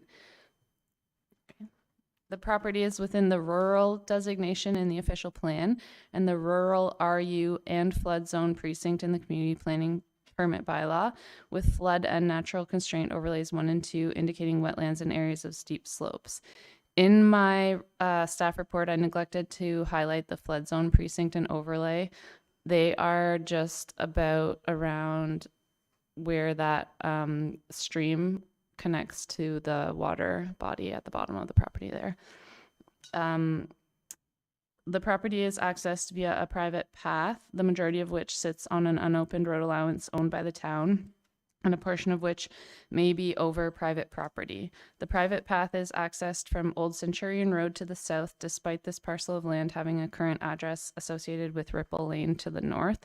So Old Centurion is down there, and it ends kind of, if you can see where the black line ends. And then Ripple Lane is way up here, and they do not access off of that. The purpose and effect of this application is to change the precinct on a portion of the lands from a rural RU precinct to rural with exceptions to permit the construction of a dwelling not accessed from a year-round municipally maintained road. In the rural precinct of the CPP bylaw, where a lot does not frown upon or have direct access to a road maintained year-round by a public authority, only woodland retreats are permitted to be constructed. Policies of the OP regarding development of lands within the rural designation do require all new development of single detached dwellings to be on lots which front upon and are accessible from a year-round publicly maintained road. In this case, as mentioned, the property is accessed via a private path that has been put in place over portions of the unopened municipal road allowance and potentially private property to the south. This path was not constructed by the town and is not maintained by the town. It does cross mapped wetlands in 3 areas as the flood zone as well as the flood zone previously mentioned, which does raise concerns regarding negative impacts to the wetlands and safe access to and from the proposed development. The application was circulated in accordance with the provisions of the Planning Act and the CPP bylaw, and the neighboring property owners to the south have stated they do not wish to grant access to the property over their lands, but would have no objection if the entire access path were to be located on the town's road allowance. The town's operations department has stated that an entrance permit cannot be issued from an unopened road allowance and that municipal services would not be available to the lot as the road would not be maintained by the town. The town's building and fire departments have both raised concerns regarding emergency services not being able to reach the lot in the event of a fire or other emergency. And updated comments were received from the town's corporate information and civic addressing department stating that if development is to occur on this lot, the addressing would have to be updated to reflect access off of Old Centurion as opposed to Ripple Lane. Given the analysis of the town's policy and the proposal, the applicant does not appear to conform with the intent of the OP, nor be consistent with the provincial planning statement. As such, staff are recommending denial of this application, and I would be happy to answer any questions you may have. Thanks very much. I'll call on the applicant or the representative.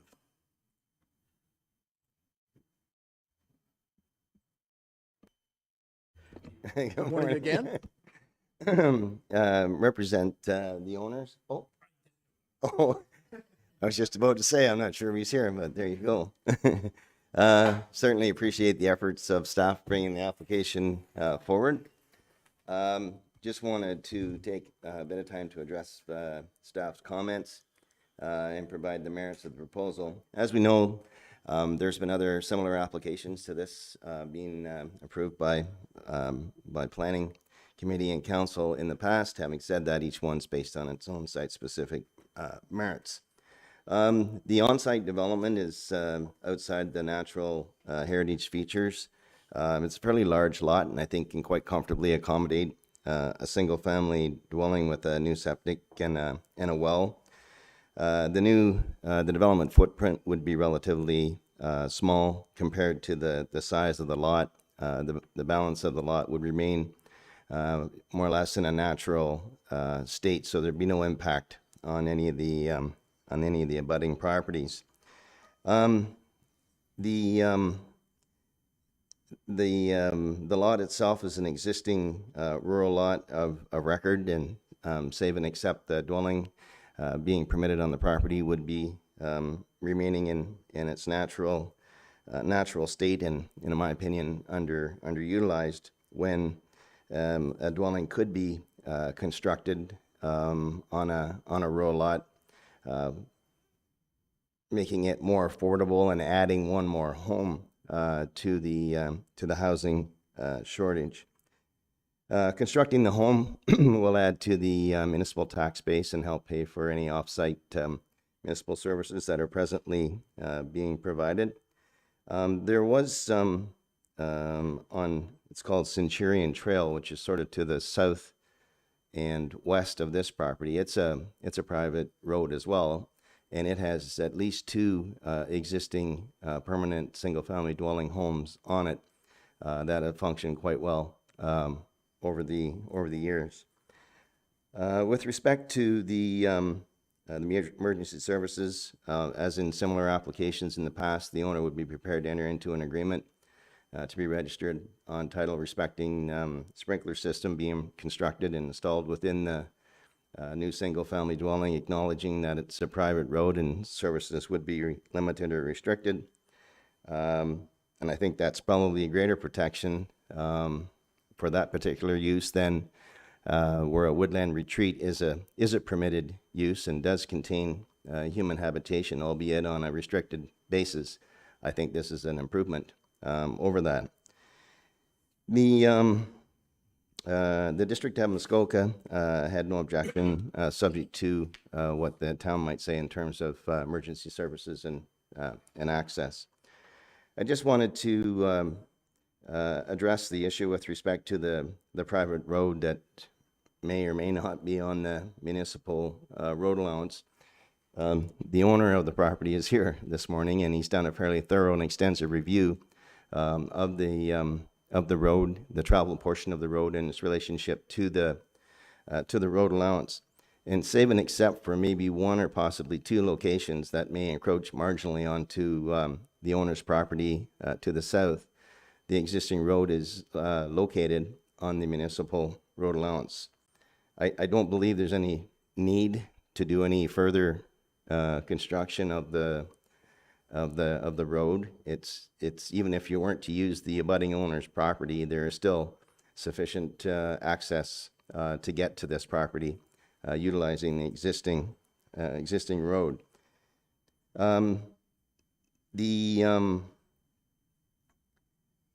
He's also approached an Ontario land surveyor and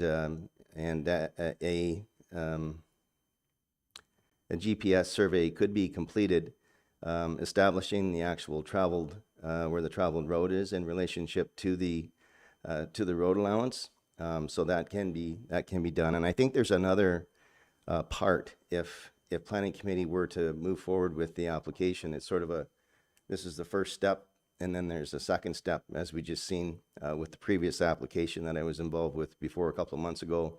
And then, of course, the one that we just saw, where the approval was granted, but you still have to get a permit from the municipality to move forward with the actual development on the property. So there's that sort of safeguard in place as well. Having said all that, I would respectfully request committee recommend approval of the application to council. Thanks. I don't know if you want to. All right, quickly.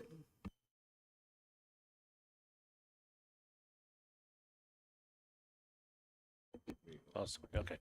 I actually did go to a land surveyor, and although he didn't give me a paper, he's verbally told me, he says, as far as he's concerned, it does follow the side road allowance. That's what it is. It's a side road allowance between the lots. It does follow it. Now, he's not 100% sure because he didn't go out there, but he, from what he saw on the map, and he was able to give me the survey of the property to the right. And with all the pins and stuff like that, which I located myself, measured it off, surveyed it myself, and for only maybe possibly 20 feet or 30 feet, it encroaches on the curve. It takes the curve off. I'm not a professional surveyor, so I did my best. But he is willing to come out with his GPS gizmo and give the town a letter stating that, as far as he believes, that's what I believe anyway, that's the only place that does encroach. Over time, the road, because it's being traveled with four-wheelers and stuff, has sunk. And so the bank is over there. It just would need to be pushed or flattened, and you would be off his property, as far as I'm concerned. Okay, I did talk to him yesterday, and what his concern was that if he gives me a written letter, permission, that if it does, for some reason, does encroach on that corner onto his property, is he giving me a permission for me, the lot, or for every 34-wheelers that go down that road? Okay, that's what he's concerned about. He says he has no problem giving me a letter, and even possibly for the 569 Ripple Lane to access it, but he's not prepared to give a letter for the 44-wheelers. He's had a couple of really bad incidences with four-wheelers causing him grief, and so he's at the point that, no, you know what, I'm just going to shut this road down and not let anybody go down it, which I don't think is right, but I mean, that's his prerogative if it does go on his property. I don't believe it does. If it does, it's only by 2 feet on that one curve, from what I've gathered by doing my own survey based on the survey from the surveyor. But he is willing to come out and GPS it and give the town a letter if need be. Perfect. He doesn't want to survey it because he said that'll cost me a lot of money if he actually cuts the line, but he will give me a letter stating to the town whereabouts it does go on, if it does go on, if it doesn't, it doesn't. Okay. Okay? All right. Thank you very Oh, much. One more second. I was one of the ones that lived down Centurion Trail, so I maintained that road myself with many dump loads of gravel. So I will promise, just like I did then, I will maintain that road because I have to. If you live there, you have to, and it's a good road right now. Perfect. Thank Okay. you.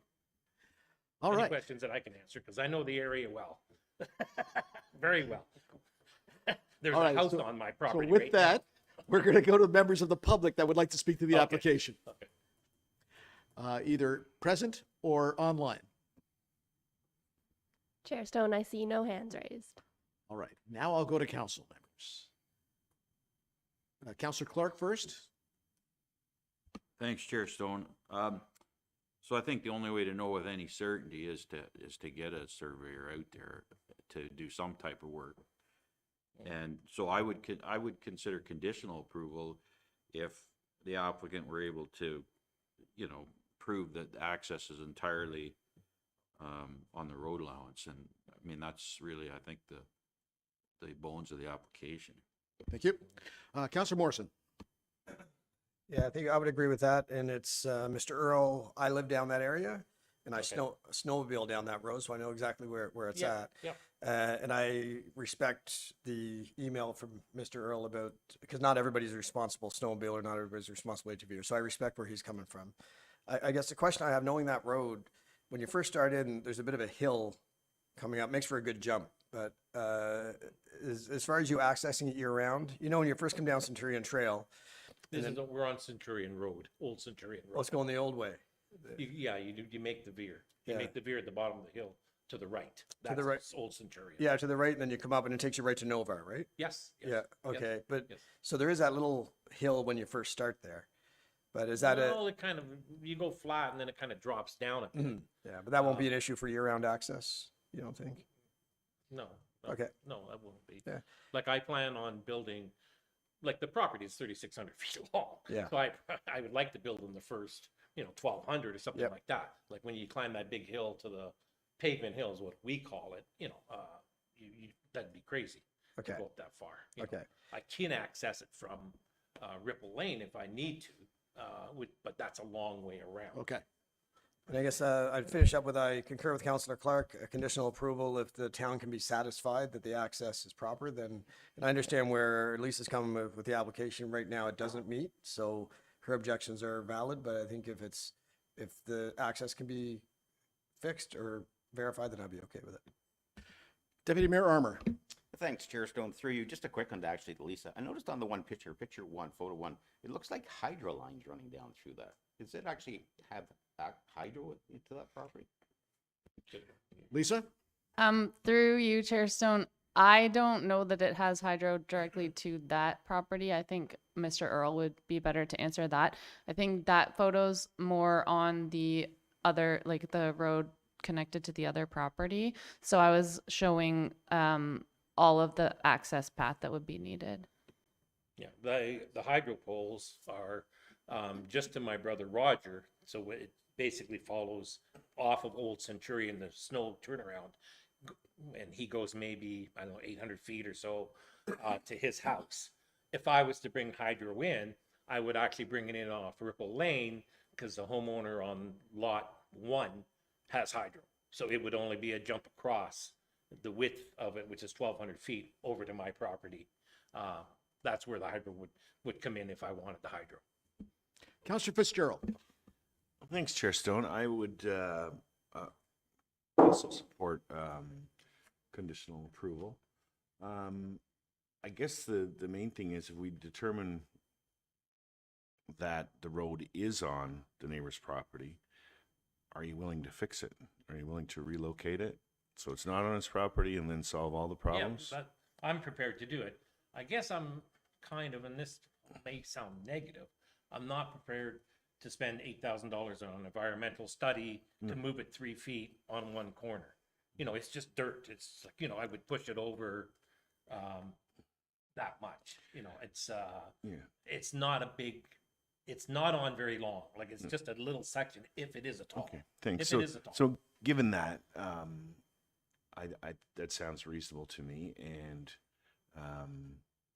the road looks to be in good shape. It's been there for a very long time, it seems. So a relocation of 3 or 4 feet, I don't think would warrant studies of that nature. So, thank you. So if I can ask Lisa, so is there a way for us to know where our road allowance is without getting a true survey, which is crazy expensive?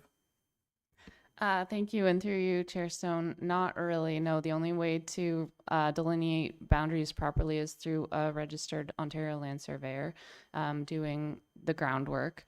So anything else would be potentially an opinion, but the other property owner could challenge that quite easily, I would think. Also, I would just like to point out that likely, based especially on the explanation given by the property owner, that portion that would veer onto the private land is likely within a wetland, and our policies do require studies for alteration. And not only that, but to bring the road to a standard that could be accessed year-round by anything other than like an all-terrain vehicle would require work on all of that road, and there are at least 3 sections within wetlands. So just to bring it up to standard would require environmental studies based on our policies. We're not talking about bringing it up to standards. It's navigable right now with a small car. You can still get all the way down there through a few mud holes for sure, but it's travelable. Sorry, I just meant for year round, because in the winter I don't believe that it would be.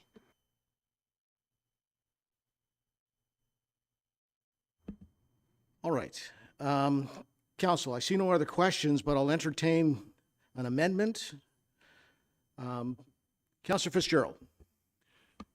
Yeah, I would make a conditional, a motion conditional upon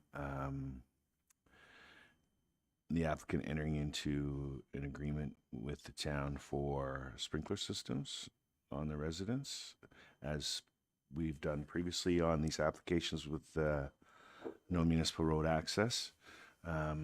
Obviously, the applicant's going to live there, and he maintains the road where he lives currently, and is going to maintain the road where he's going to live. So, I don't think that's a concern of ours. I don't know how to deal with the survey issue. I know that they've made leaps and bounds in how they can determine lot lines and boundaries, but it's beyond my area of expertise, so I have to defer that one back to planning. All right. So do we have a seconder for that motion? All right, Mayor Alcock, I'm going to go to Richard Clark, that guy over there. What's his name over there? Just for council's assistance, we do have some language ready to go for some amendments to this resolution that I do believe would help if we could put them on screen or have a motion to amend with basically a requirement that certain things be done at the permit stage. I think we have a motion ready for your consideration there. The one thing that it has in it is that the road itself be reviewed for its suitability to provide year-round access to this property. And that would mean looking at it to see if it does need modification, what potential impacts on the environment may result, and also looking at it to see that it can provide safe flood-free access. So those two things are worked into our recommendation. Again, we can put it on the screen and you can take a look. So we haven't done that in some previous applications. It's up to the applicant to figure out whether they can get to their property or not. So I don't know that's appropriate. Thank you. I was just going to mention it is because some of those areas are within the flood areas, and our policies do require specific things to happen if that's the case. So the floodplain policies, as Richard mentioned, the other instances, I believe, where council has approved development on non-maintained year-round roads don't go through floodlands necessarily. And in this instance, they do. That's why there's that extra clause. Okay, so let's see the resolution, and if we need to take 5 minutes to wordsmith it, we will. So.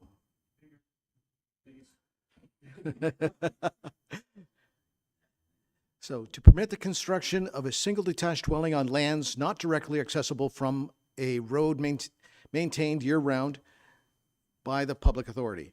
Prohibit development on the property until authorized through a community planning permit, and require that the following matters be addressed to the satisfaction of the Director of Development Services to designate prior to the CPP issuance. An agreement is entered into between the owners and the town to be registered on title of the lands, acknowledging that legal access will be secured over the unopened road allowance and or private lands as necessary. No municipal services will be available, and the dwelling will be fully sprinklered or include another appropriate fire suppression or mitigation measures to the satisfaction of the town.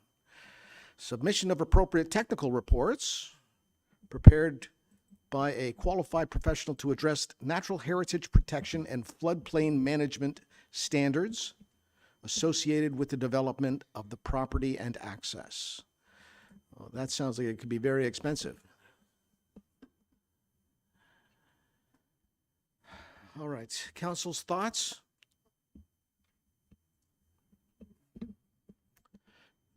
Councilor Morrison first. Trish, if you can put it back up on the screen so I can read the last part. I know that road well, and I will say the access in the winter is better than the access in the summer sometimes. So I'm not worried about year-round access there. It's a groomed trail. It's easy, no problem.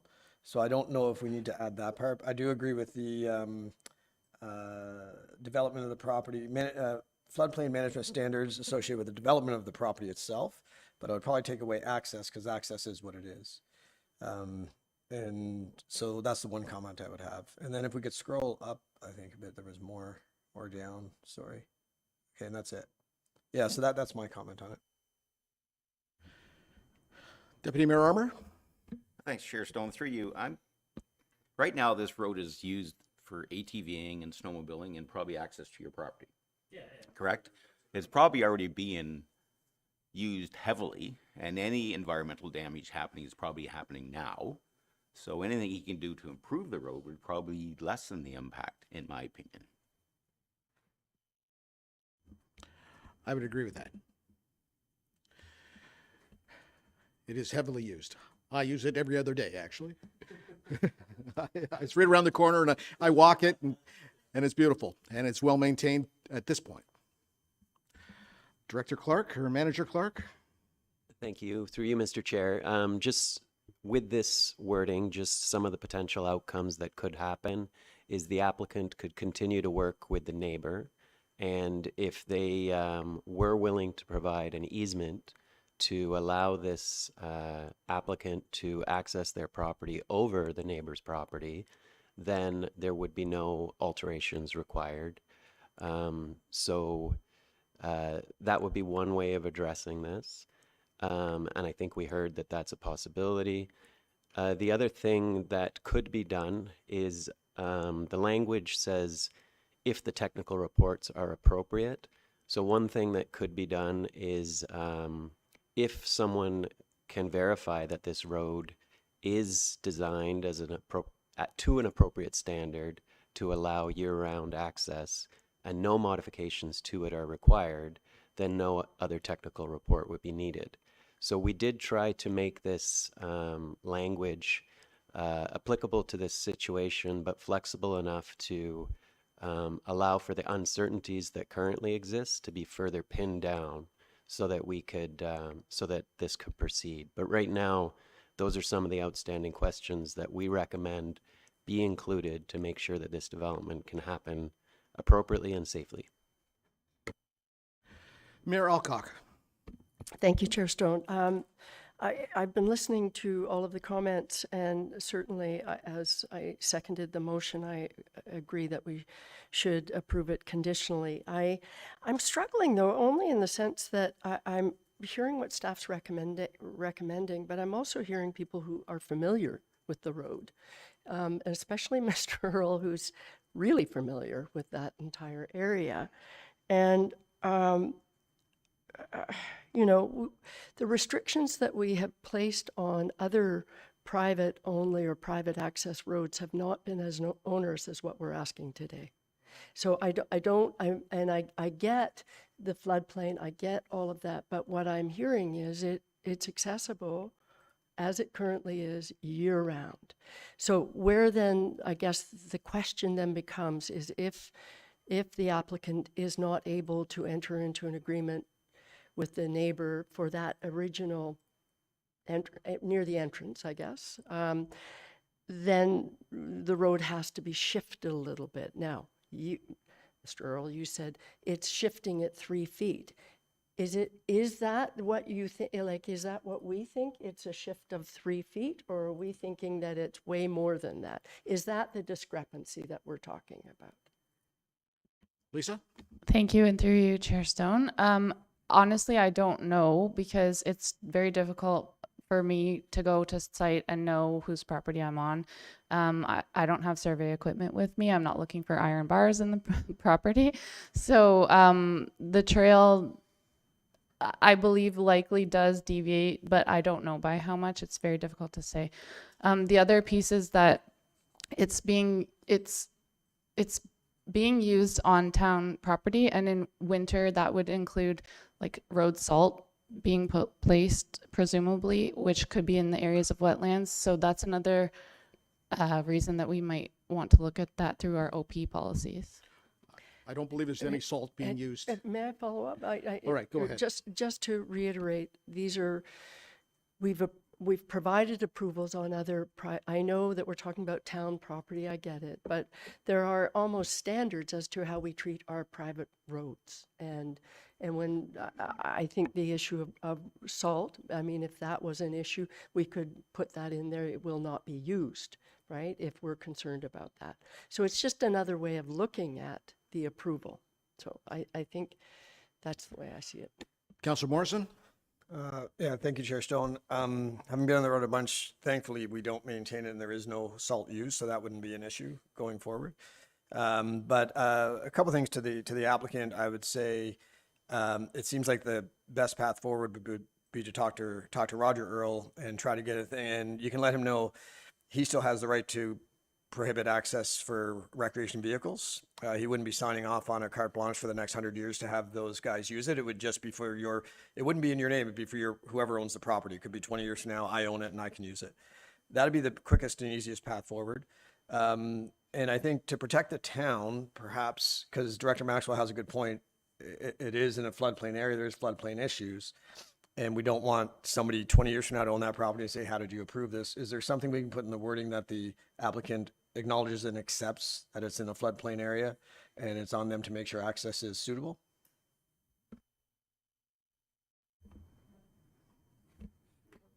Director Maxwell?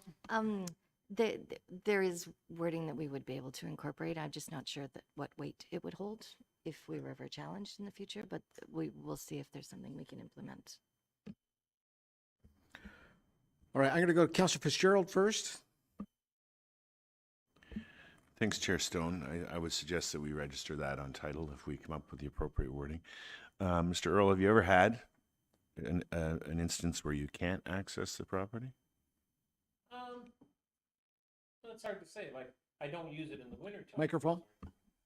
Sorry, technology. I've gone up there on my four-wheeler in the wintertime, but the snowmobile trail comes down right there, and so you can easily walk it. I mean, I have a tractor with a 5-foot snowblower that I can maintain it easily myself. Presently, I only go occasionally up there in the winter. So that's your intention to winter maintain it? Yeah, like if you'd have to, you would have to maintain it, and which is easy for me. It's not like there's up and down hills. It's flat, like it's flat all the way to where I was hoping to build. So there's no need for salt. Nope. I Councillor don't Fitzgerald. quite understand. I think given the responses, I would support Councillor Morrison's direction to make it conditional upon entering into agreement with the neighbor for right-of-way use and remove the last component of the proposed change. Councillor Clark? Thanks, Chair Stone. I would agree with that, Councillor Morrison and Fitzgerald. The problem with B on the proposed motion is the word if. I don't like the word if because that could cost the applicant a lot of money if this, if that.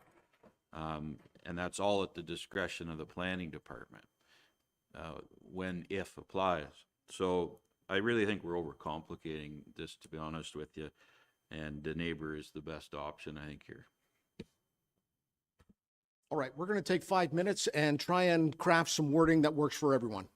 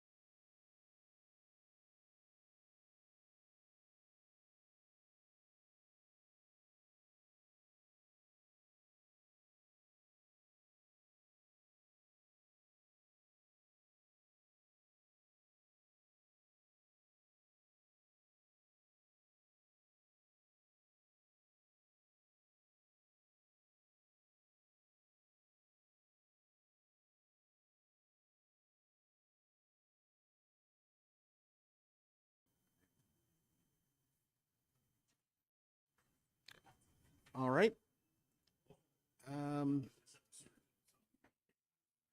Here, why don't I'll read it. That's the motion to substitute. Okay. All right. So I have a motion to substitute. Moved by Councillor Fitzgerald, seconded by Mayor Alcock. Be it resolved that Planning Council substitute motion DEV 2025-90 CPPA 24-2025 HTE. Earl and Antosiak. Thank you. 569 Ripple Lane for the following. Be it resolved that Planning Council approve Community Planning Permit Bylaw Amendment Application CPPA 24-2025 HTE. The purpose and effect of which is to change the precinct on a portion of the subject lands from rural to rural with exception 2. Permit the construction of a single detached dwelling on lands not directly accessible from a road maintained year-round by the public authority. Prohibit development on the property until authorized through a community planning permit, and require that the following matters be addressed to the satisfaction of the Director of Development Services or designate prior to the community planning permit issuance. An agreement is entered into between the owners and the town of Huntsville to be registered on title to the lands, acknowledging that legal access will be secured over the unopened road allowance and or private lands as necessary. No municipal services will be available, and the dwelling will be fully sprinklered or include other appropriate fire suppression mitigation measures to the satisfaction of the town. And confirmation being provided by the applicant that access has been appropriately secured. Are there any comments or questions about that? All in favor? And that carries unanimously. All right, and the main motion as substituted, all in favor? And that carries. All right, thank you, everyone. All right, and that's it for this portion. So Councillor Morrison is buying lunch, and we're going to adjourn until 1 o'clock.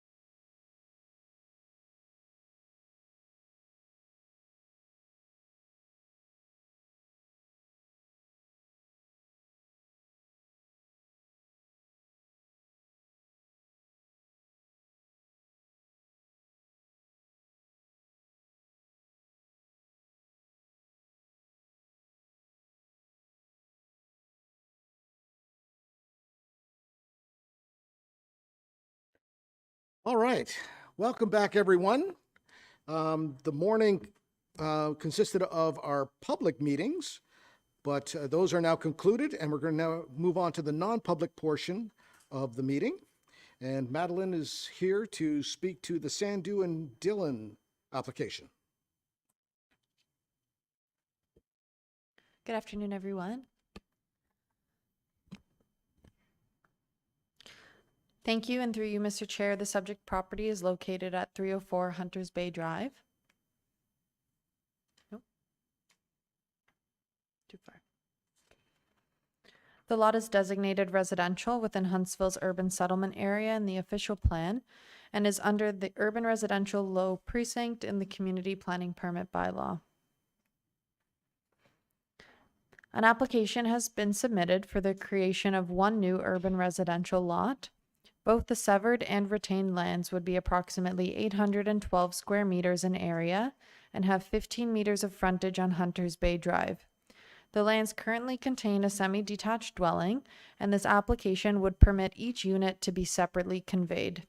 No changes to the precinct are proposed or required in this instance, and the consent would be conditional on the following as listed on the screen and contained within the report package. As objections were received respecting this application, Planning Council now becomes the approval authority, and thus the application is here with us today. The subject lands, as previously mentioned, are under the UR1 precinct, which requires new lots to have a minimum area of 465 square meters and lot frontages of 15 meters.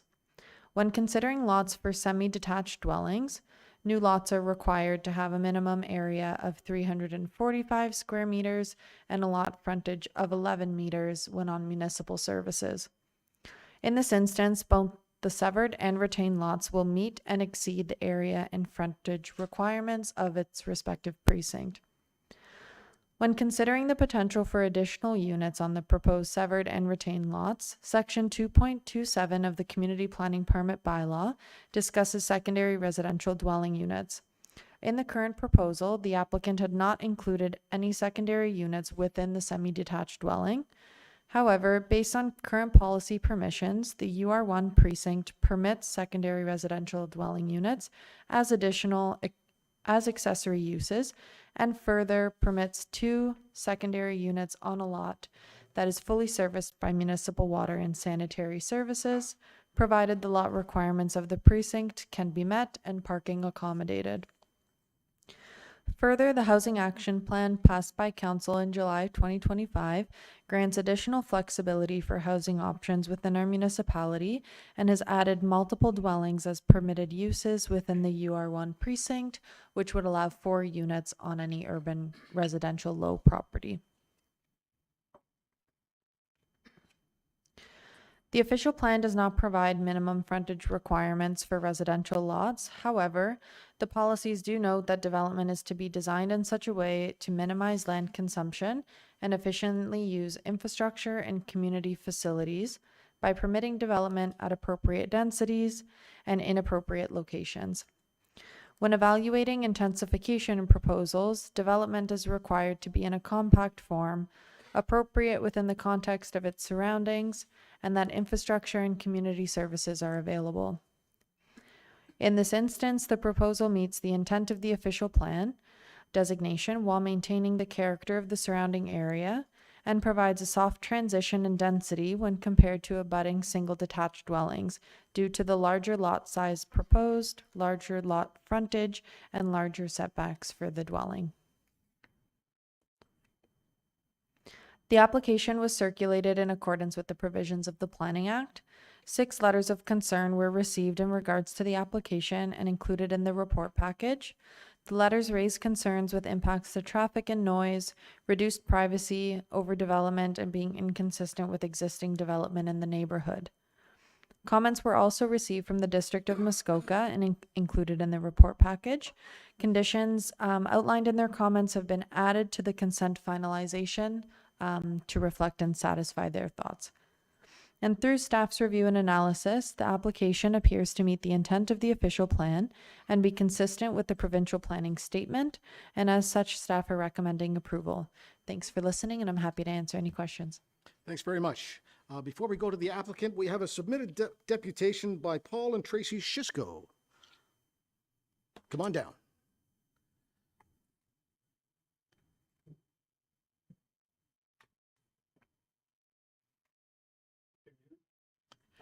Welcome. You'll need to turn the microphone on, and it's a button on the bottom there. There you go, and pull that right in front of you. All right. Good afternoon. I'm representing many in the Hunters Bay area. I think you went through a major bunch of the concerns we have. Most of you've gone through that we did send in letters.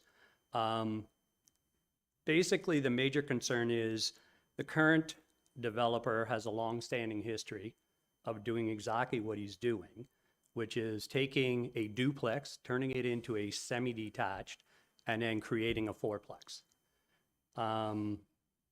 Creating much more higher density, much more parking in an already congested area. He has a history of doing this. This is what he does. Hunters Bay is a 60-plus-year-old subdivision. People move there because of its character. We have large lots. We have single-family homes. We have lots of green space. This particular build is already 4,000 square feet. I don't know if you guys saw the pictures, what you get to see. There is no green space left. All of the mature trees, which line all of our roads, have been taken down. This does not fit in to the cohesiveness, the aesthetics of Hunters Bay at all.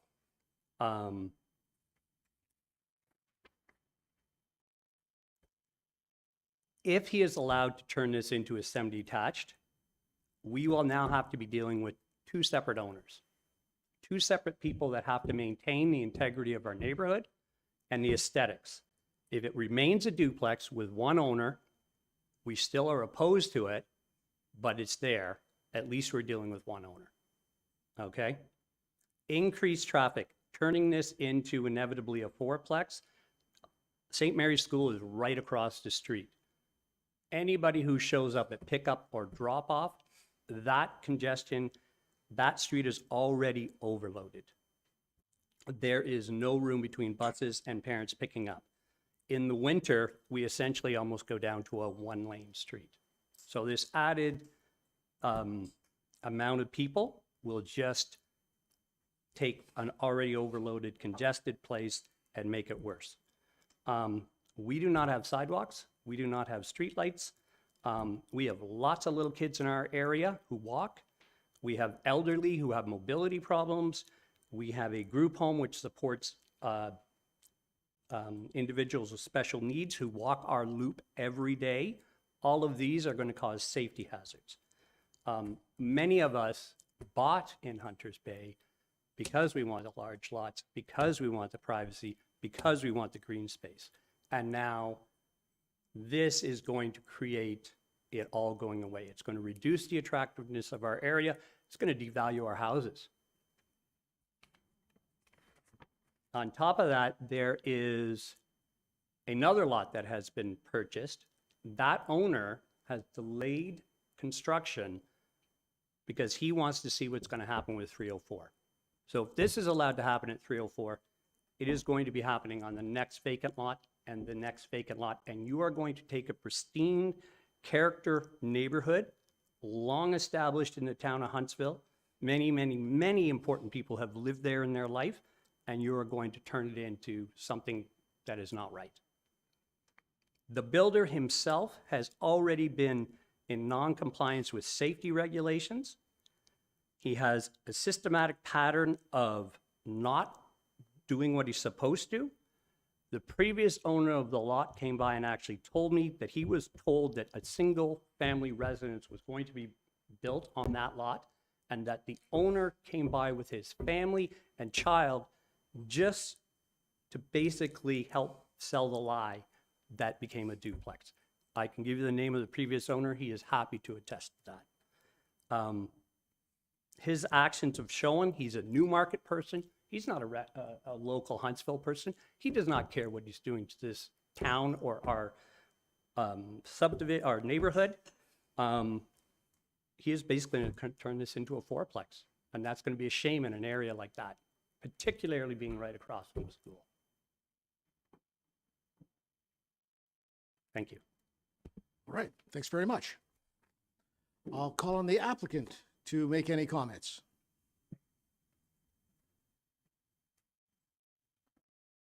Hello, good afternoon, everybody. Thank you very much for inviting, first of all. I would like to clarify a few things. There's been a lot said about my identity and my background. I think the town has been, and the residents have been mistaking me for another builder who's in the town. I'm not the same builder with the same surname. So Sandhu is a very common surname across the community, and there are a lot of people with the same surname. I've not built anything in Canada yet, so this is my first build. I do live in Newmarket. I'm trying to move up here for myself. That's the intent. We want to make sure is that I keep one unit and then sell the rest. So that is just clarifying. A lot of being said, okay, I have history. I don't have any history. City can verify with the last name, first name, and I'm willing to provide an affidavit on that as well. So that, first of all, clearing that. Second thing is, I think there's a lot of misconception about the speculations that this is going to turn into fourplex. I'm going to add multi-residential buildings. So while I was designing this unit, I particularly kept a lot of things in mind, right? This is a neighborhood I do understand is a mature neighborhood. We have not cut the vegetation. We have just cut the vegetation on the building envelope. All the trees on the side, if you can get to the site plan, please, you can see the vegetation has been retained on both sides of the unit. There has been no cutting of trees at the backyard as well. There's a big trees there, still out there. I think we have, in the lot itself, there are around 15 to 16 trees preserved, all preserved now, and you can see that in the pictures if you have the pictures, right? So we have highlighted very clearly while applying for the building permit what we are going to cut and what we are going to retain. And a lot of that emphasis was paid while making this unit. Second thing is, this is a single bungalow. We are not going multi-residential building here. So 2 bungalows, semi-detached. I think we have 3 parking units in each bungalow, and that gives you 6 parking spots. So not many people in the neighborhood had that kind of parking. So if parking is a concern, we are addressing that. And if town wants us to add further parking, there is space. We can combine the space between the units, and there is more parking available if required.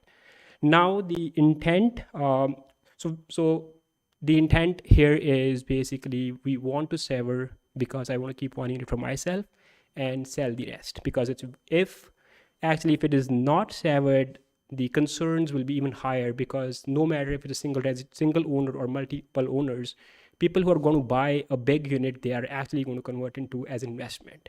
Whereas my intent here is to sell one, keep one for myself, and then sell the other to basically a small family or an elderly couple, because this bungalow is perfectly suited for that kind of audience. So the density will be actually less if we sever the lot and sell it to the one and keep the other. But that being said, the few things I want to clarify is we're not changing any zoning. The building permit is already there. The construction is in progress. We have always followed the rules. And the town can verify that we have gone through the process, right from obtaining building permits, planning permits, parking permits. Everything has been followed, right? There is no non-compliant. There might be one thing which we missed initially. We didn't have the fence when we started the construction. As soon as I found out, we put the fence the next day. So as being a new builder, I'm trying to do my best for the town and for the community. I've already employed local builders, local construction workers, and we have been very cognizant of the fact that we maintain the character of the neighborhood, right? We're not asking for rezoning, not trying to build multiple residential units, and then we are keeping enough parking to consider that. There's 40 feet of space in the front of the lot where you can easily park 2 cars, and then there is 1.5 car garage with each unit, right? So that gives us a lot of space, first of all.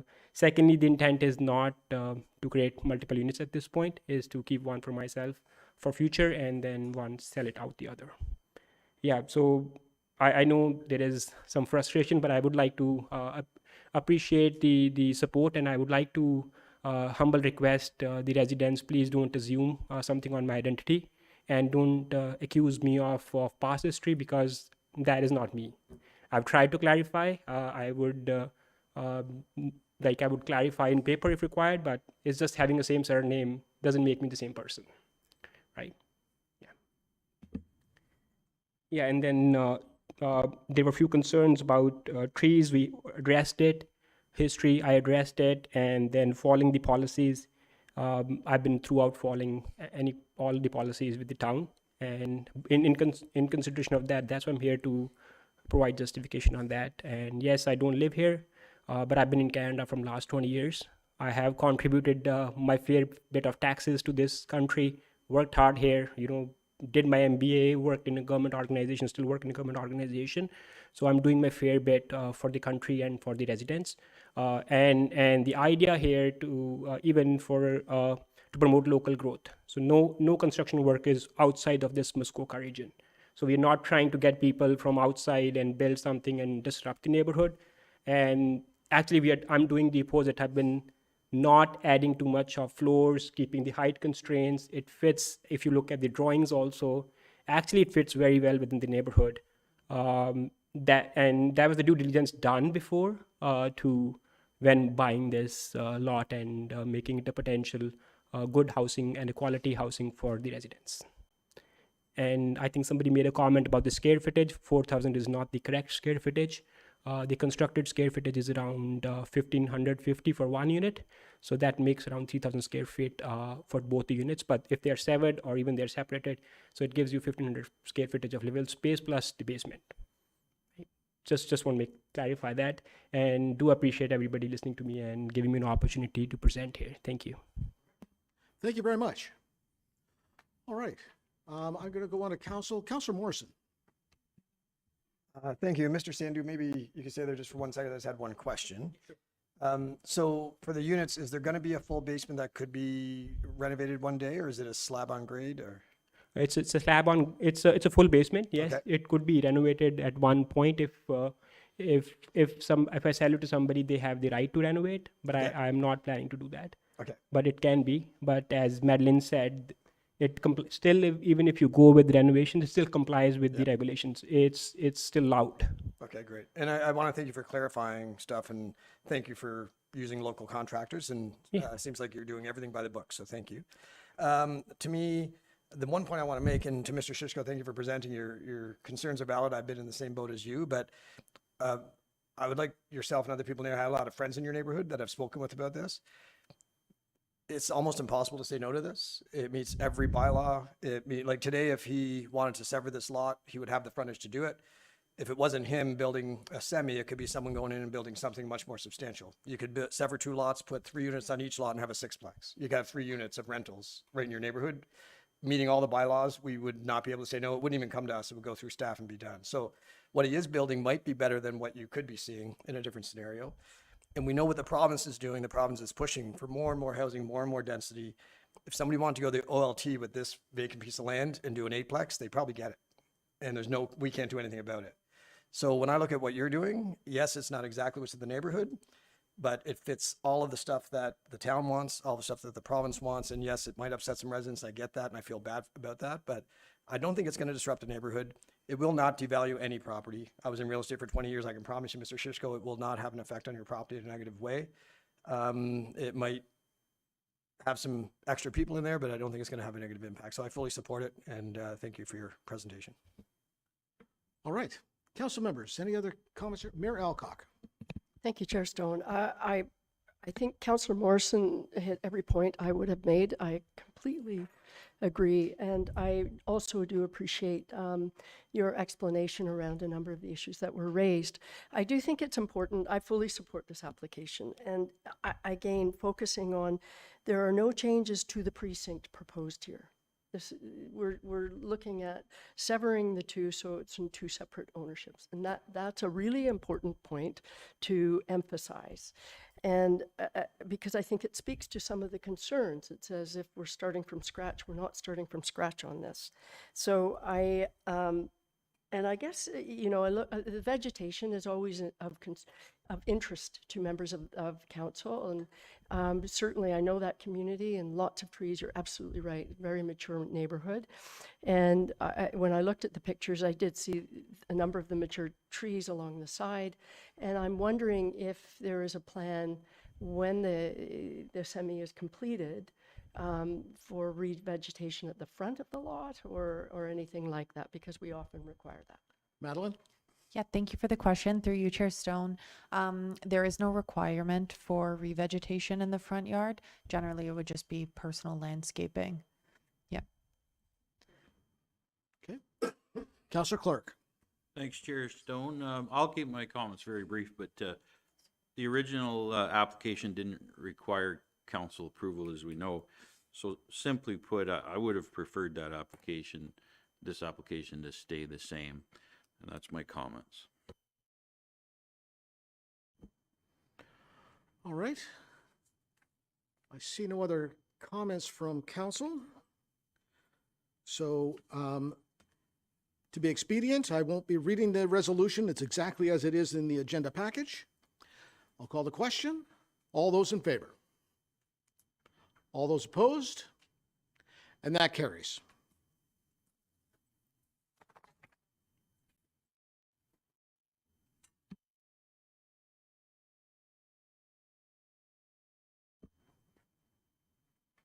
All right, and Kelsey's here to speak to Williams' application.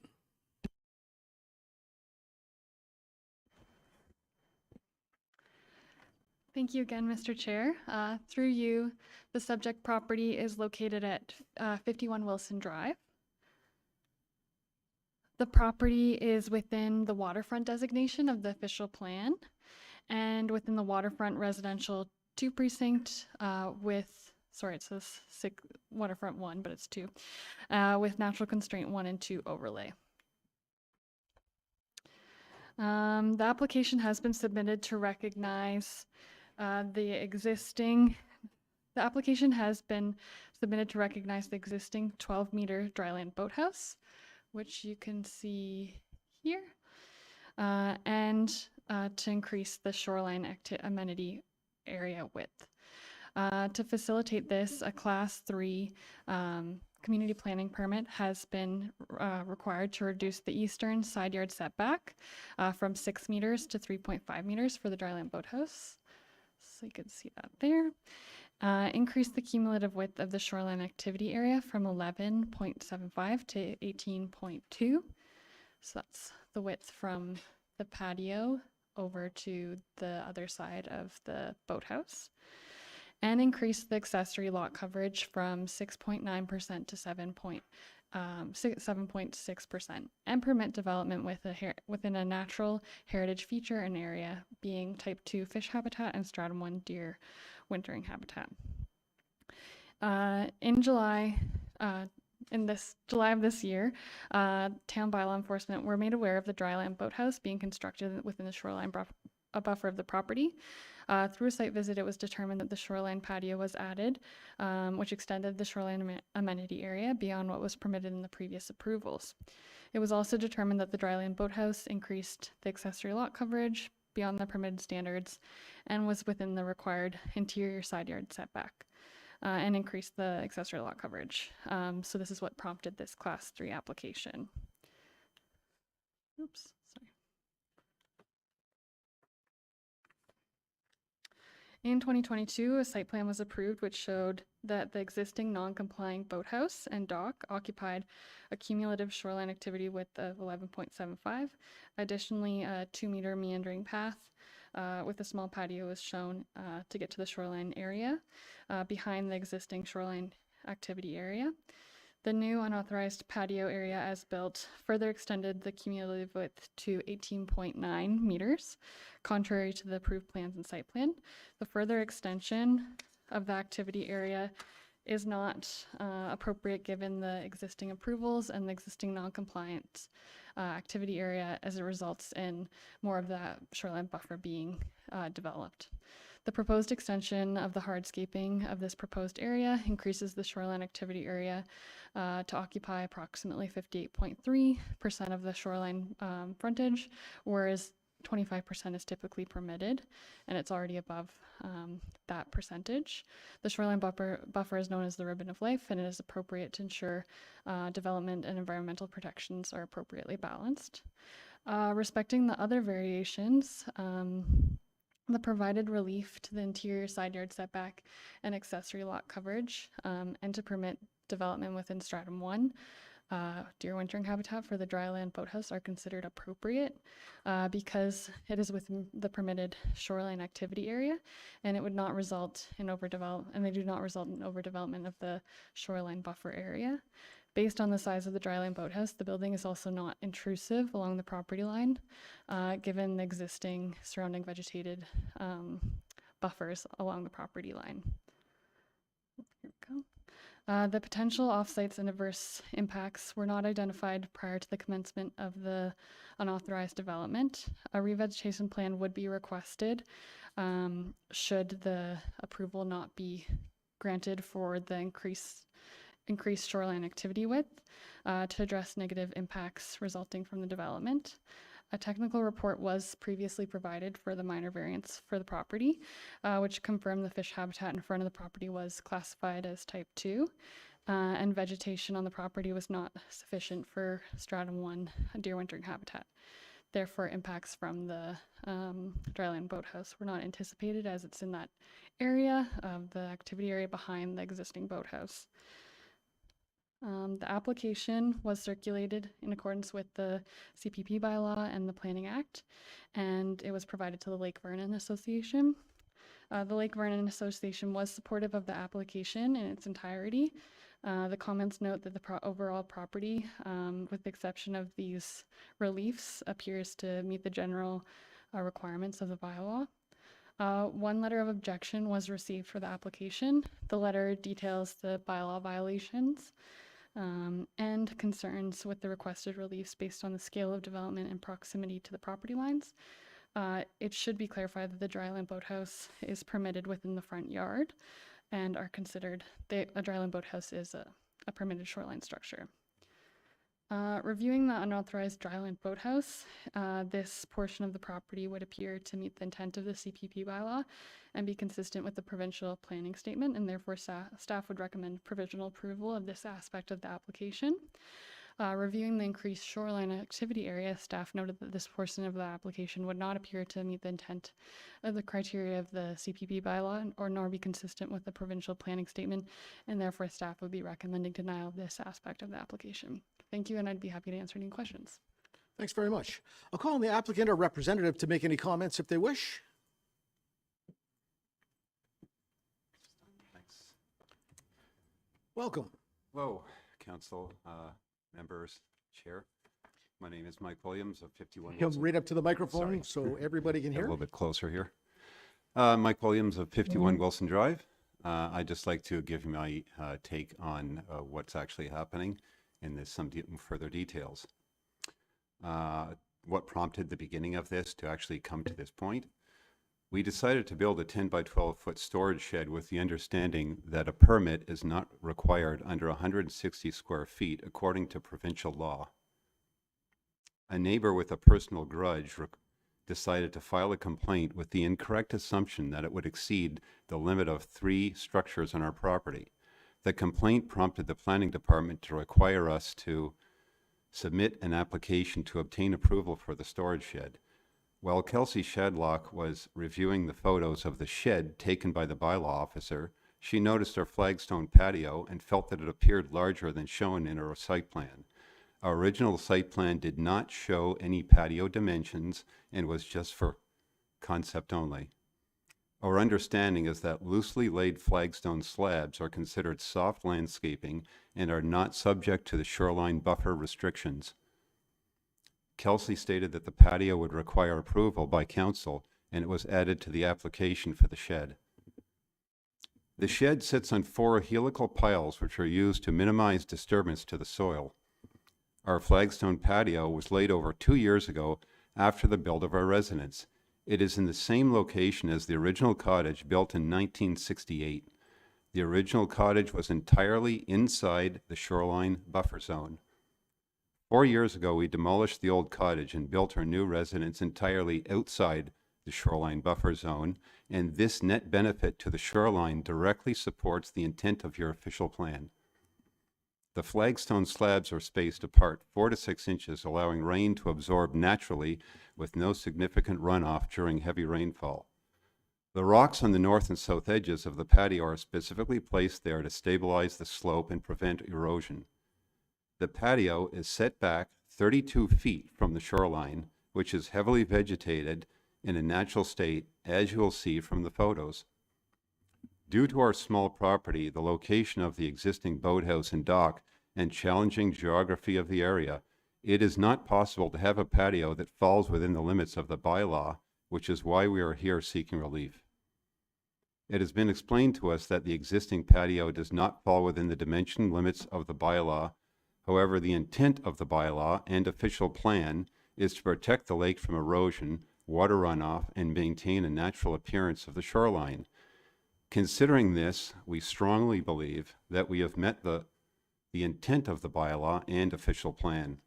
The patio has absolutely no negative effect on the shoreline and is not even visible from the lake, as you'll see from the photos. We were recently made aware that the planning department is only recommending approval of the shed conditional on reducing the size of the patio by approximately 80%. The shed should be approved on its own merit with no conditions referencing the patio. The planning department's presentation states there is type 2 fish habitat on our shoreline, which is incorrect. Municipal maps indicate there is no type 2 fish habitat on the shoreline of our property. Any changes to the patio would destroy the already established vegetation and destabilize the soil, causing erosion and damage to the shoreline, and be contrary to the intent of the bylaws that are there to protect the shoreline.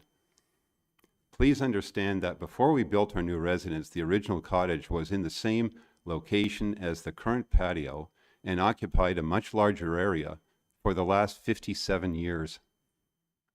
Had we not done this project, the original cottage would still be in the shoreline buffer and be considered perfectly legal. We did not intend to break any bylaws, but we strongly believe they are there as a framework and should be applied with discretion, good judgment, and consideration for all mitigating factors. As an example of your official plan states, in certain circumstances where it can be justified, such as where lot depth is insufficient or site constraints exist, the official plan allows for a lesser setback provided no negative environmental or visual impacts are anticipated.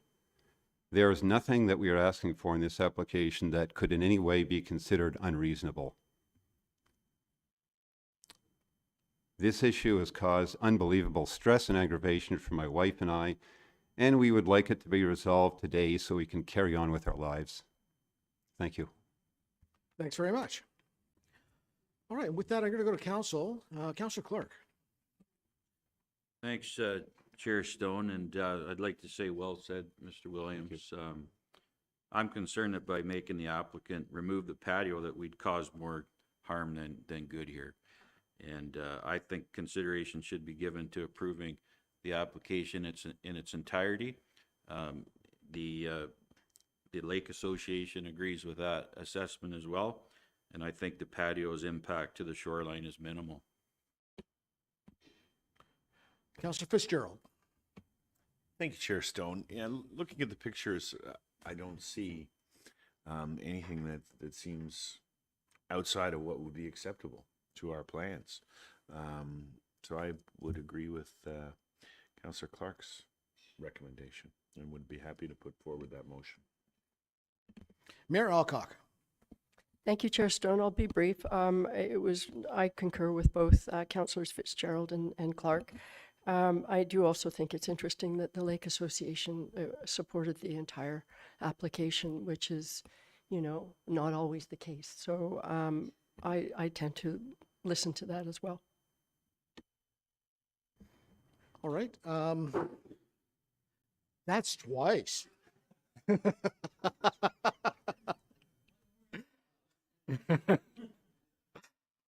All right. So I'm hearing something from council. I'll entertain a motion to substitute if necessary. Deputy Mayor Armour. I'd motion to substitute and change it to approve. All right. And there's a seconder, Councillor Clark.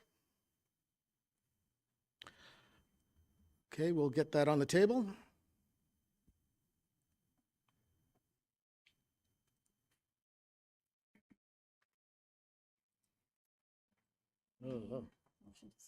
Okay. Okay. All right, so I will read the motion to substitute, moved by Deputy Mayor Armour, seconded by Councillor Clark. Be it resolved that Planning Council substitute motion DEV 2025-92 CPP 110 2025 HTE Williams 51 Wilson for the following. Be it resolved that Planning Council provisionally approve Community Planning Permit Application CPP 110 2025 HTE, the purpose and effect of which is to provide relief from subsections 2.4.4, 2.3.5, 2.15.2, 4.2.4 of the Community Planning Permit Bylaw 2022-97 to reduce the eastern interior side yard from 6 meters to 3.5 meters for a dryland boathouse. Increase the accessory lot coverage from 6.9% to 7.6%. Permit development within natural heritage features and areas, and recognize an increase to the cumulative width of the shoreline activity area from 11.75 meters to 18.2 meters. All to recognize the existing 12 square meter dryland boathouse and the extension of a shoreline patio area within the shoreline buffer on the lot. Conditional on the owner updating plans and drawings to the satisfaction of the town of Huntsville, the owner entering into an amending agreement to the town with provision for financial securities and with terms to the satisfaction of the town of Huntsville to confirm that development will proceed in accordance with the community planning permit.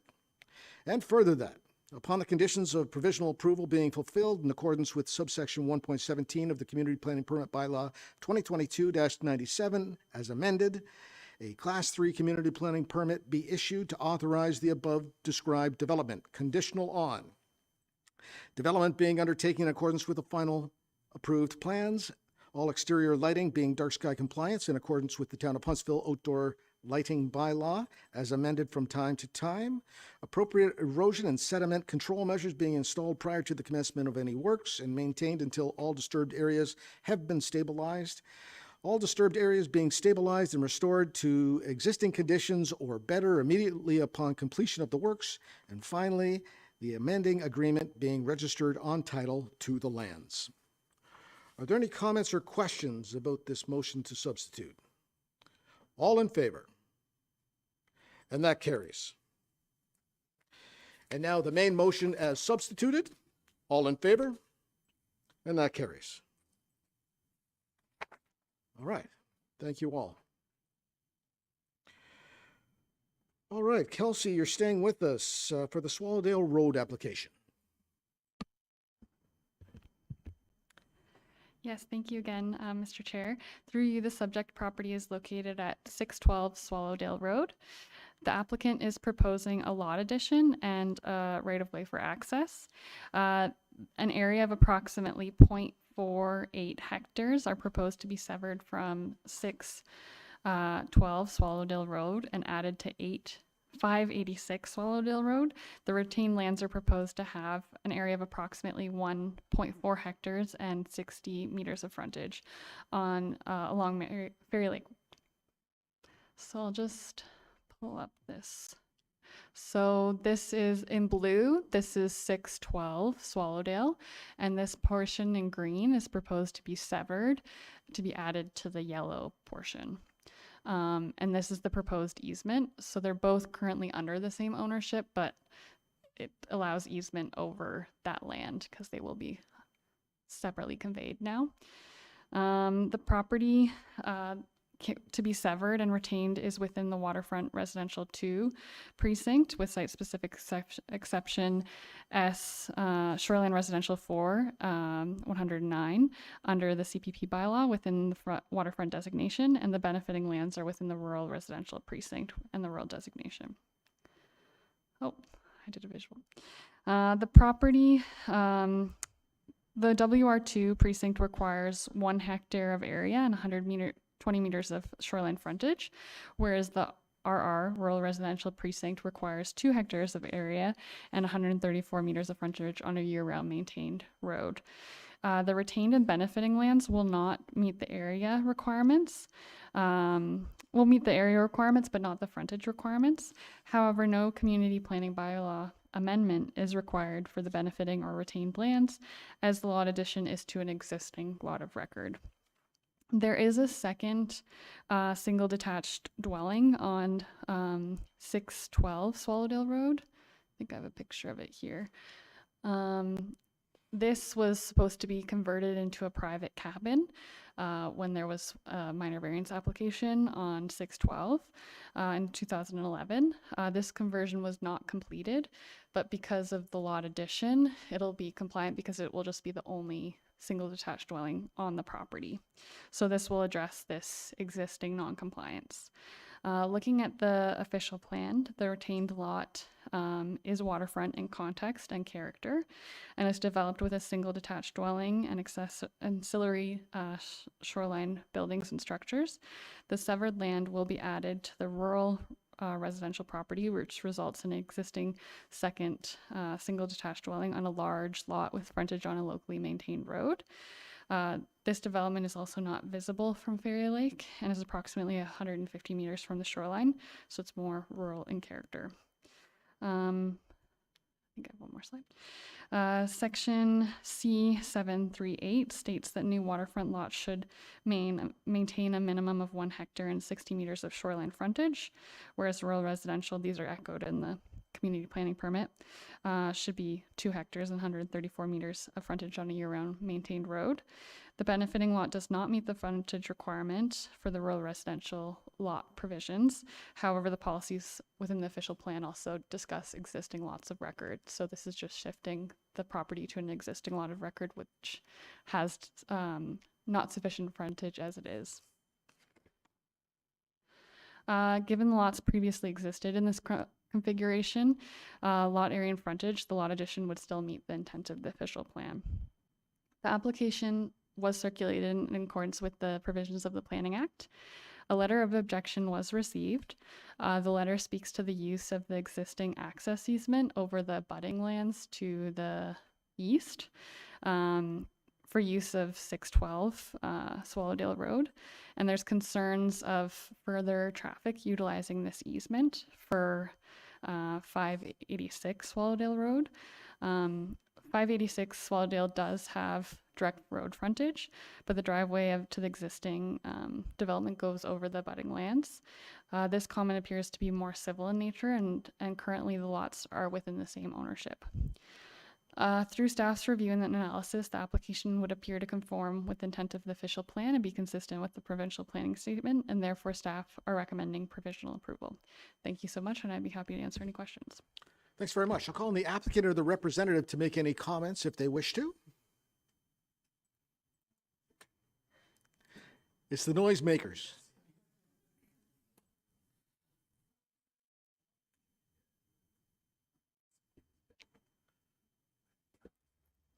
Welcome. Hi. How's this? It's good. I'm Danielle Bilodeau from Justin Cherry Design Studio in Barrie, Ontario, at 17 Point Street, and then I'm joined by Drew Weil from Randy Blaine Construction from the area. I think Kelsey did a great job touching base on the application. We're just happy to answer any comments or questions. All right, making it easy. Council members, any comments or questions? Councillor Fitzgerald. With reluctance, I have these questions. I think the proposal is reasonable. I'm finding it hard to understand about the complainant's letter about benefiting land and where that falls into the equation here, because we talk about lot numbers and then we have part 7 and part 6. Maybe you can, Kels, can you elaborate with the pointer on the map? Can you use where- some where layman's everything's language going, for where? us? Shed some light for me. Yes, thank you for the question. If the picture could be brought up again, please.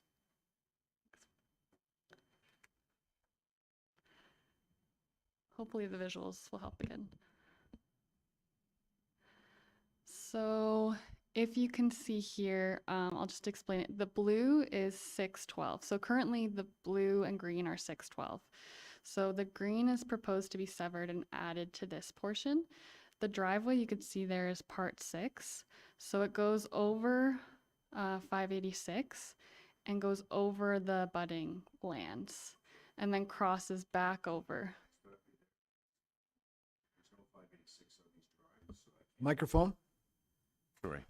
I can't determine which is 586 because all we have is blue and part lots. So 586 is the yellow. Okay. And blue and green are currently 612.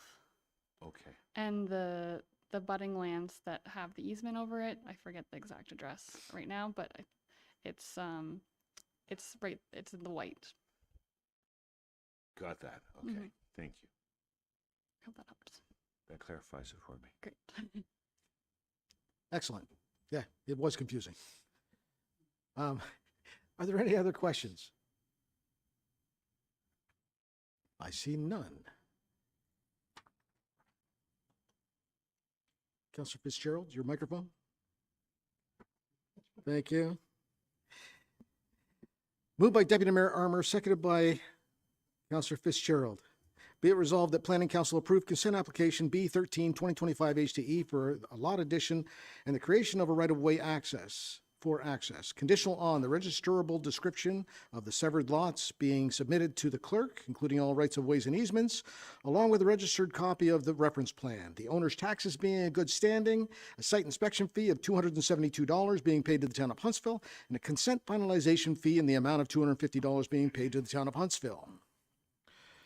All in favor? And that carries. Thank you. All right, Manager Clark is going to speak to our final application. I know, shouldn't have taken a break. Oh, dogs.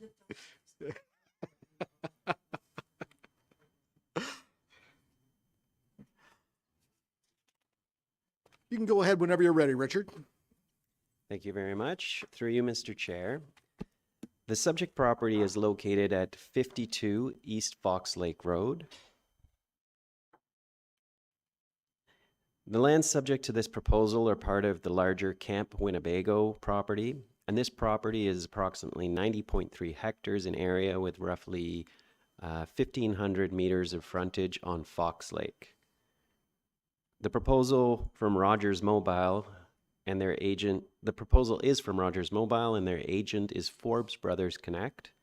And we have Mr. Jay Lewis here to speak to you about the proposal and the public consultation conducted in support of their concurrence request.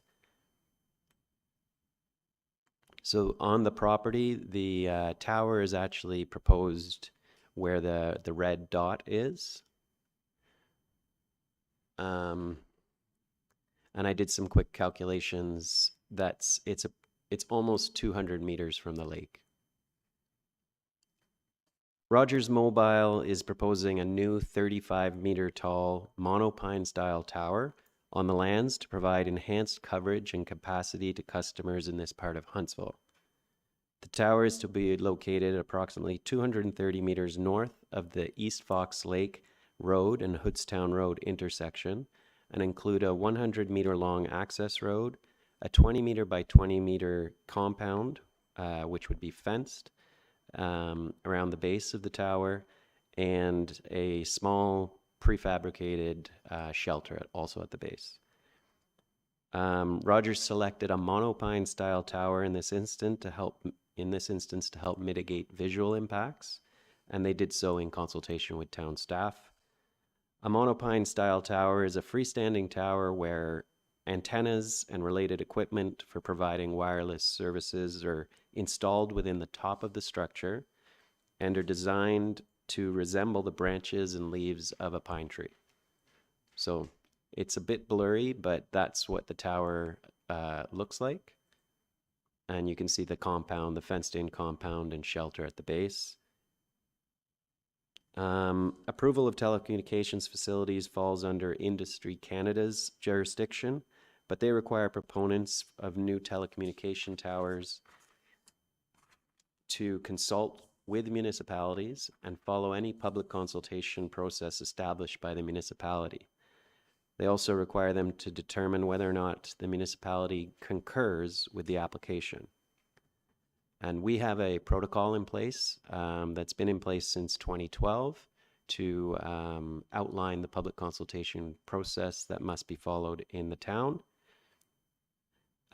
We have now received a concurrence request from Forbes Bro Connect for the Rogers Mobile Tower, and they have gone through the consultation process, and that's why it's before us today. They did one of the requirements we asked for is to do some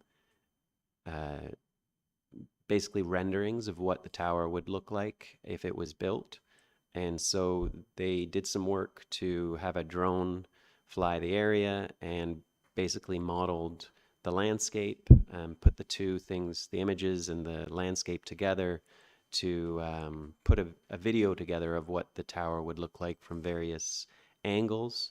I can't show you the video, unfortunately, but these are clips from it.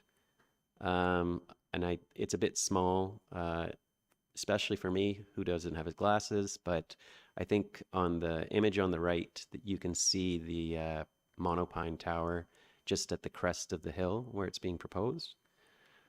And then as you progress through the video, they basically show you what it would look like from different angles. So on the right, I think, is a view from Lake Vernon.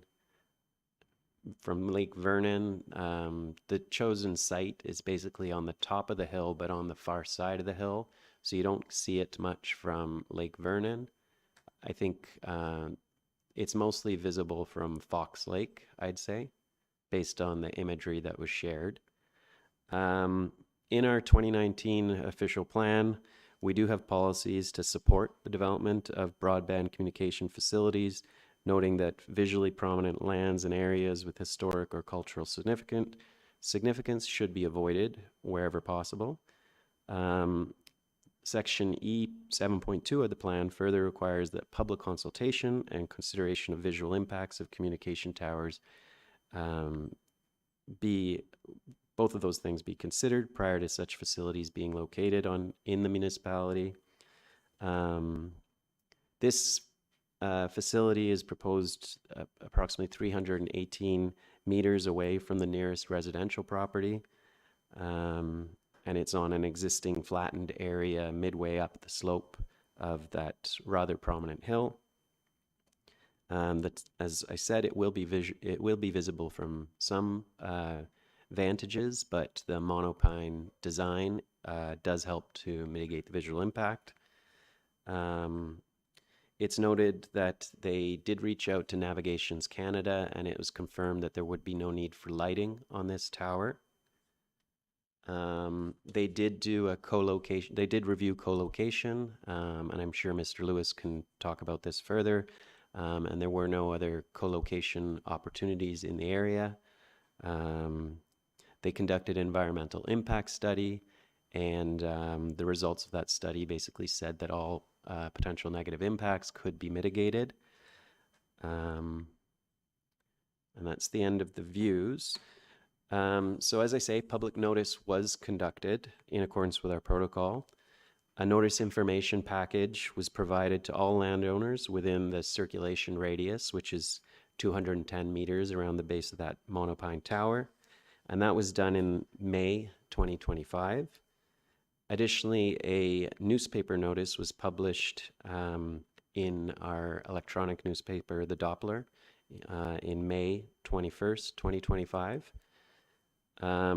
2 open houses occurred I believe, over at the Active Living Center, one on June 24th, 2025, and the other on July 12th. And the notice period ended July 15th. Over that consultation period, I'm sure Jay can tell you more about this, but there were only 4 written comments provided. The majority showed support for the tower. However, there was one objection letter. That objection letter noted that if possible, the tower ideally could be moved further away from them, and noted health-related concerns related to electromagnetic sensitivity. During the actual open houses, only over the course of both meetings, there were 2 people who expressed concerns and 2 people who expressed support. The objectors were the same objectors who provided the written comment. And in response to that, and I'm sure Mr. Lewis can explain this further, a study was conducted of the based on the standards for emissions of electromagnetic fields, and based on the standard called Safety Code 6. I believe it's called a Safety Code 6 study, and the study verified that based on the location of this tower, that there would all of the electromagnetic fields would be within Safety Code 6 limits. They also provided a response to the objector about the difficulty of moving the tower in this instance, just because they wouldn't be, from what I understand, they wouldn't be able to achieve the coverage increases that they have set out to achieve, so it wouldn't meet their engineering requirements, and the alternative locations would be about 20 to 25 meters lower than the current location, so it wouldn't be, they wouldn't be able to build a monopine. So I understand that that information was provided.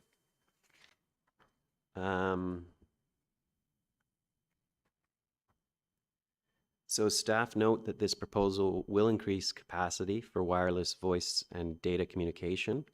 And as this proposal appears to meet the requirements of the town's protocol and objections received appear to have been addressed, staff are recommending that the ISED Canada be advised that the town has no objections to the tower, conditional on 1, no lighting being mounted on the tower, and 2, the actions and recommendations as outlined in the environmental impact study be implemented. So that's my presentation. I'd be happy to answer any questions you may have. Thanks very much. I'll call on the applicant's representative.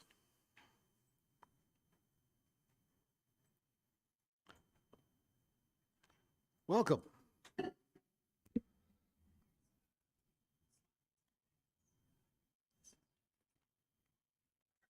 All right. Thank you, Chair, for having me. Good afternoon. Thank you, staff, council, and Mayor for having me. My name is Jay. I work for a company called Forbes Brothers. We do site acquisition and the public consultations on behalf of Rogers. Richard did a great job going through the process that we followed, as well as the information. So I'll try to go through my presentation pretty quick. So what Rogers' objective is to ensure that there's connectivity wherever residents or users move throughout a community. So what we have is we have existing base stations or cell sites throughout Huntsville, and that's what provides wireless coverage. As demand increases, the amount, and if you take a look at the third picture, I don't know if I could even, let's see. I'm not going to play around with it, but essentially the coverage or the cell size shrinks when there's more demand on it. And the way to fill in this coverage is by adding additional sites. So on this slide here, you can see that, and you'd have to zoom in, which I don't know if I want to try again. There we go. So within Huntsville, we have, 3 existing sites. To the north, we have a guide tower that's on. We have a couple sites to the south. So we have existing sites throughout the community to provide coverage. There are limitations to those sites. The signal strength or the power of it diminishes with distance from it, as well as there's a capacity. Each site can only have so much capacity, just like a Wi-Fi, and if you get too many users there, you start experiencing, slow delay and latency while trying to access information. So the goal for this tower, Rogers RF engineers identified a need for two things. There's not enough coverage here, as well as to increase capacity. And I want to make a note that this site will provide the regular cellular and mobile broadband service. So with your phone, that connectivity, but it will also have antennas on there to provide fixed wireless internet services as well too. So that would be more of a service that, a household would subscribe to. And it's similar, but different. And it's a net benefit to the community because it's another internet provider to the area. So what we have here to kind of show where we have coverage, this is a coverage map. So where you have the existing sites, you'll see that it's a blue, light blue, dark blue, and purple. The purple represents a strong signal strength. So you're going to have fast delivery of data. Where you have the green, that's where you have something called, outdoor coverage. Because the signal diminishes further away from the site, the signal strength isn't as strong. It's like if you're in your house, you have your Wi-Fi router, typically located in the middle of the house. Once you start leaving your house, the signal diminishes where you can't actually access anything, or it takes a long time for it to finally transfer the data. So similar to this here, we have up near Fox Lake, there's not a lot of coverage there. So that's where we are proposing it to fill in the coverage. And so the second slide here shows the improved coverage. The amount of coverage is determined by the topology of the area as well as the height of the antenna. If we were to build a tower inside, in a valley, in a short tower, we would have less coverage than if we had a larger tower. So there's a bit of a compromise on height, because if you build too big of a tower, you might be trying to serve too large of a population, and then you'd be having capacity issues. So there's a bit of a push-pull with, the different heights of the towers, which gives you the coverage. So I won't go into too much detail because Richard already went through this all, but this is the location of the site. It's on Camp Waba, Winnebago. Again, it's a 35-meter monopine where it looks like a pine tree. Transport Canada has determined that there is no lighting or marking required, and it would be within an 8 by 10 meter chain link fenced area at the base of it. This here is an example of an existing monopine on another lake to give some context of what it would look like. Typically, you would not see the lower part of it or the shelter because you have the other trees and vegetation. Can you zoom in on that? I want to see the quality of the... So this here isn't a rendering, this is an actual picture. And even with this looking like a pine tree, as you get closer to it, you can see the equipment on it. You can possibly see there the microwave dish. Great, thanks. That's for the connectivity there. So we did follow a public consultation process. Richard already went through it. We do the notification, we hold public meetings, and then we address all the comments, and there's the close. The purpose of the public meetings is an opportunity for Rogers to present the proposal and to receive the comments. There was 4 residents that attended. There was the concern of the EMF sensitivity, and we have the consultation summary there. So the one thing to note is that Safety Code 6, it's a standard that was created by Health Canada. It's comparable to the World Health Organization, the United States, European Union. It's kind of the majority of the jurisdictions out there, the go-to safety standard of how much electromagnetic frequencies can be emitted from these towers or this equipment. They have a built-in, I think it's a 50-fold safety margin, but we did have a Safety Code 6 analysis completed because the concern with the electromagnetic sensitivity, and the highest exposure would be at 9% of the allowable limit. So, wherever anyone is traveling, it's at a very low level of it. And then at 435 meters away, where there was the concern of the electromagnetic frequencies, it would be at 3% of it. So the actual amount of electromagnetic frequency, because it diminishes with distance, is very, very small. All the requirements of the protocol have been completed. So we're here to request concurrence. This was just another slide on, Health Canada Safety Code 6. As I already mentioned, it was created by Health Canada. They're in charge of protecting the safety and well-being of Canadians. And one thing to note is that the levels of Safety Code 6, this tower would not be grandfathered in. So if there was some scientific literature that was groundbreaking that changed, this Safety Code 6 was developed based on the last 50, 100 years of scientific literature and academia. If there was a groundbreaking scientific release that there had to be a change in these guidelines or limits, it's not grandfathered in, and so Rogers would have to adjust the levels accordingly.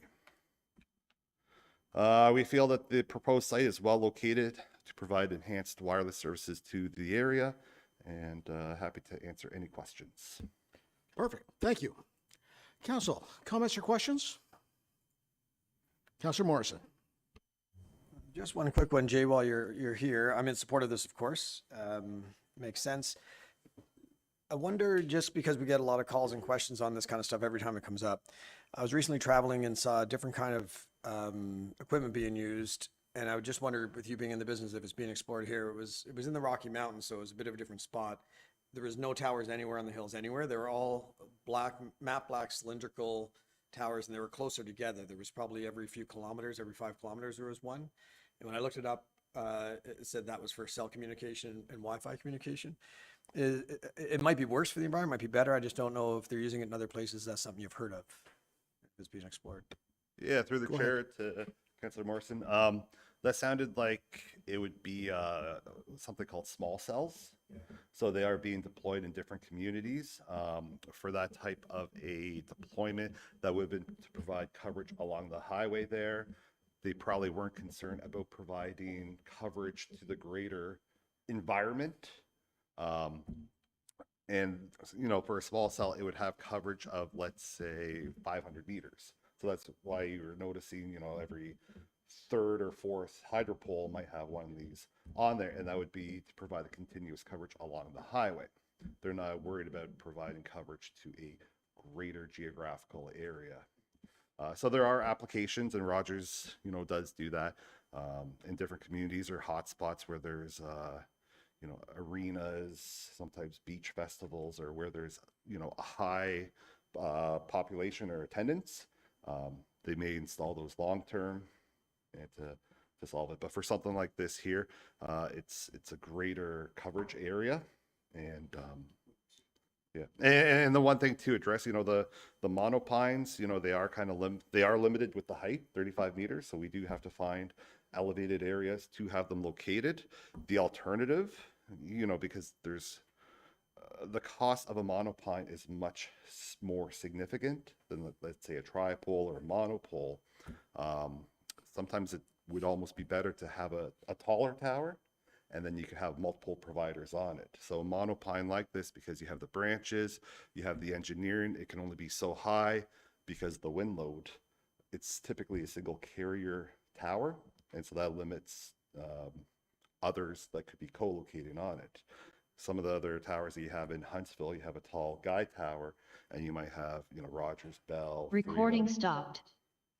Explore, Public Works, you name it, it can have many more providers on it, and that could, potentially service the community more. It would be, you would see it, but it's like hydropoles, when you're driving down the road, it just becomes part of the environment. So hope that answered your question.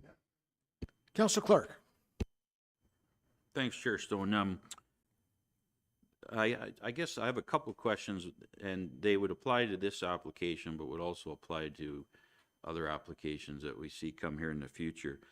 Mr. Lewis mentioned Code 6, which is the federal safety codes that Rogers has to abide by.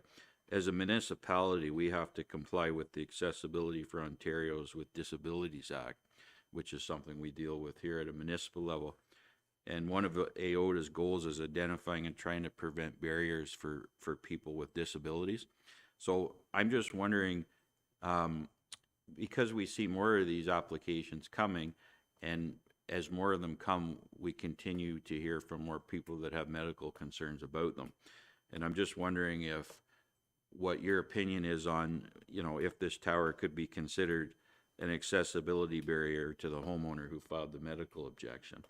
And it's more of a question around this particular application, but it also will apply to future applications as we continue to get asked about that on applications. Go ahead. Yes, thank you, Chair, and thank you, Councillor, for that question. The electromagnetic sensitivity, there are residents that have raised these concerns. It's being, studied. What Rogers has to adhere to is Safety Code 6. It's what Health Canada has reviewed. They're reviewing the same documents and studies that are being released. If there is, I would have to defer back to, I think, the World Health Organization, or it could be Health Canada, said that the effects that residents are experiencing with this, it has not been determined a cause of these towers. And for the time being, Rogers, adheres to Safety Code 6 and, is just mandated to follow those. Follow up? So I can accept that answer. I'm not sure how that, I'm not sure as a municipality how we address it, or if it is addressable. Okay. All right, I see no other hands.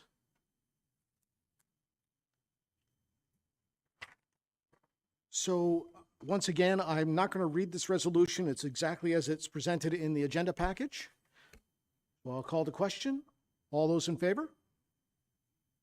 And that carries.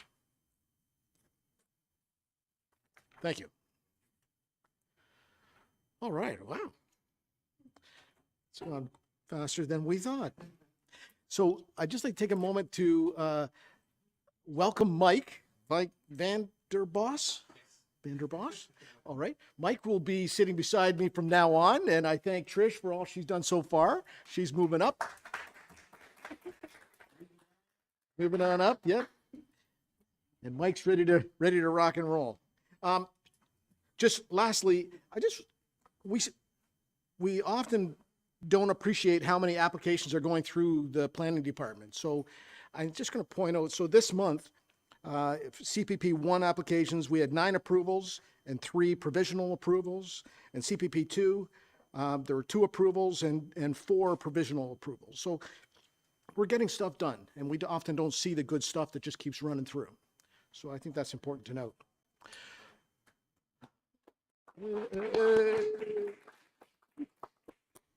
All right, confirmation bylaw. Moved by Councillor Morrison, seconded by Mayor Alcock. Be it resolved that confirmation bylaw 2025-93 be received, passed this 10th day of September 2025. All in favor? And that carries. Moved by Mayor Alcock, seconded by Councillor Morrison. It is resolved that we do now hereby adjourn at 2:13 p.m. All in favor? Yes, I am.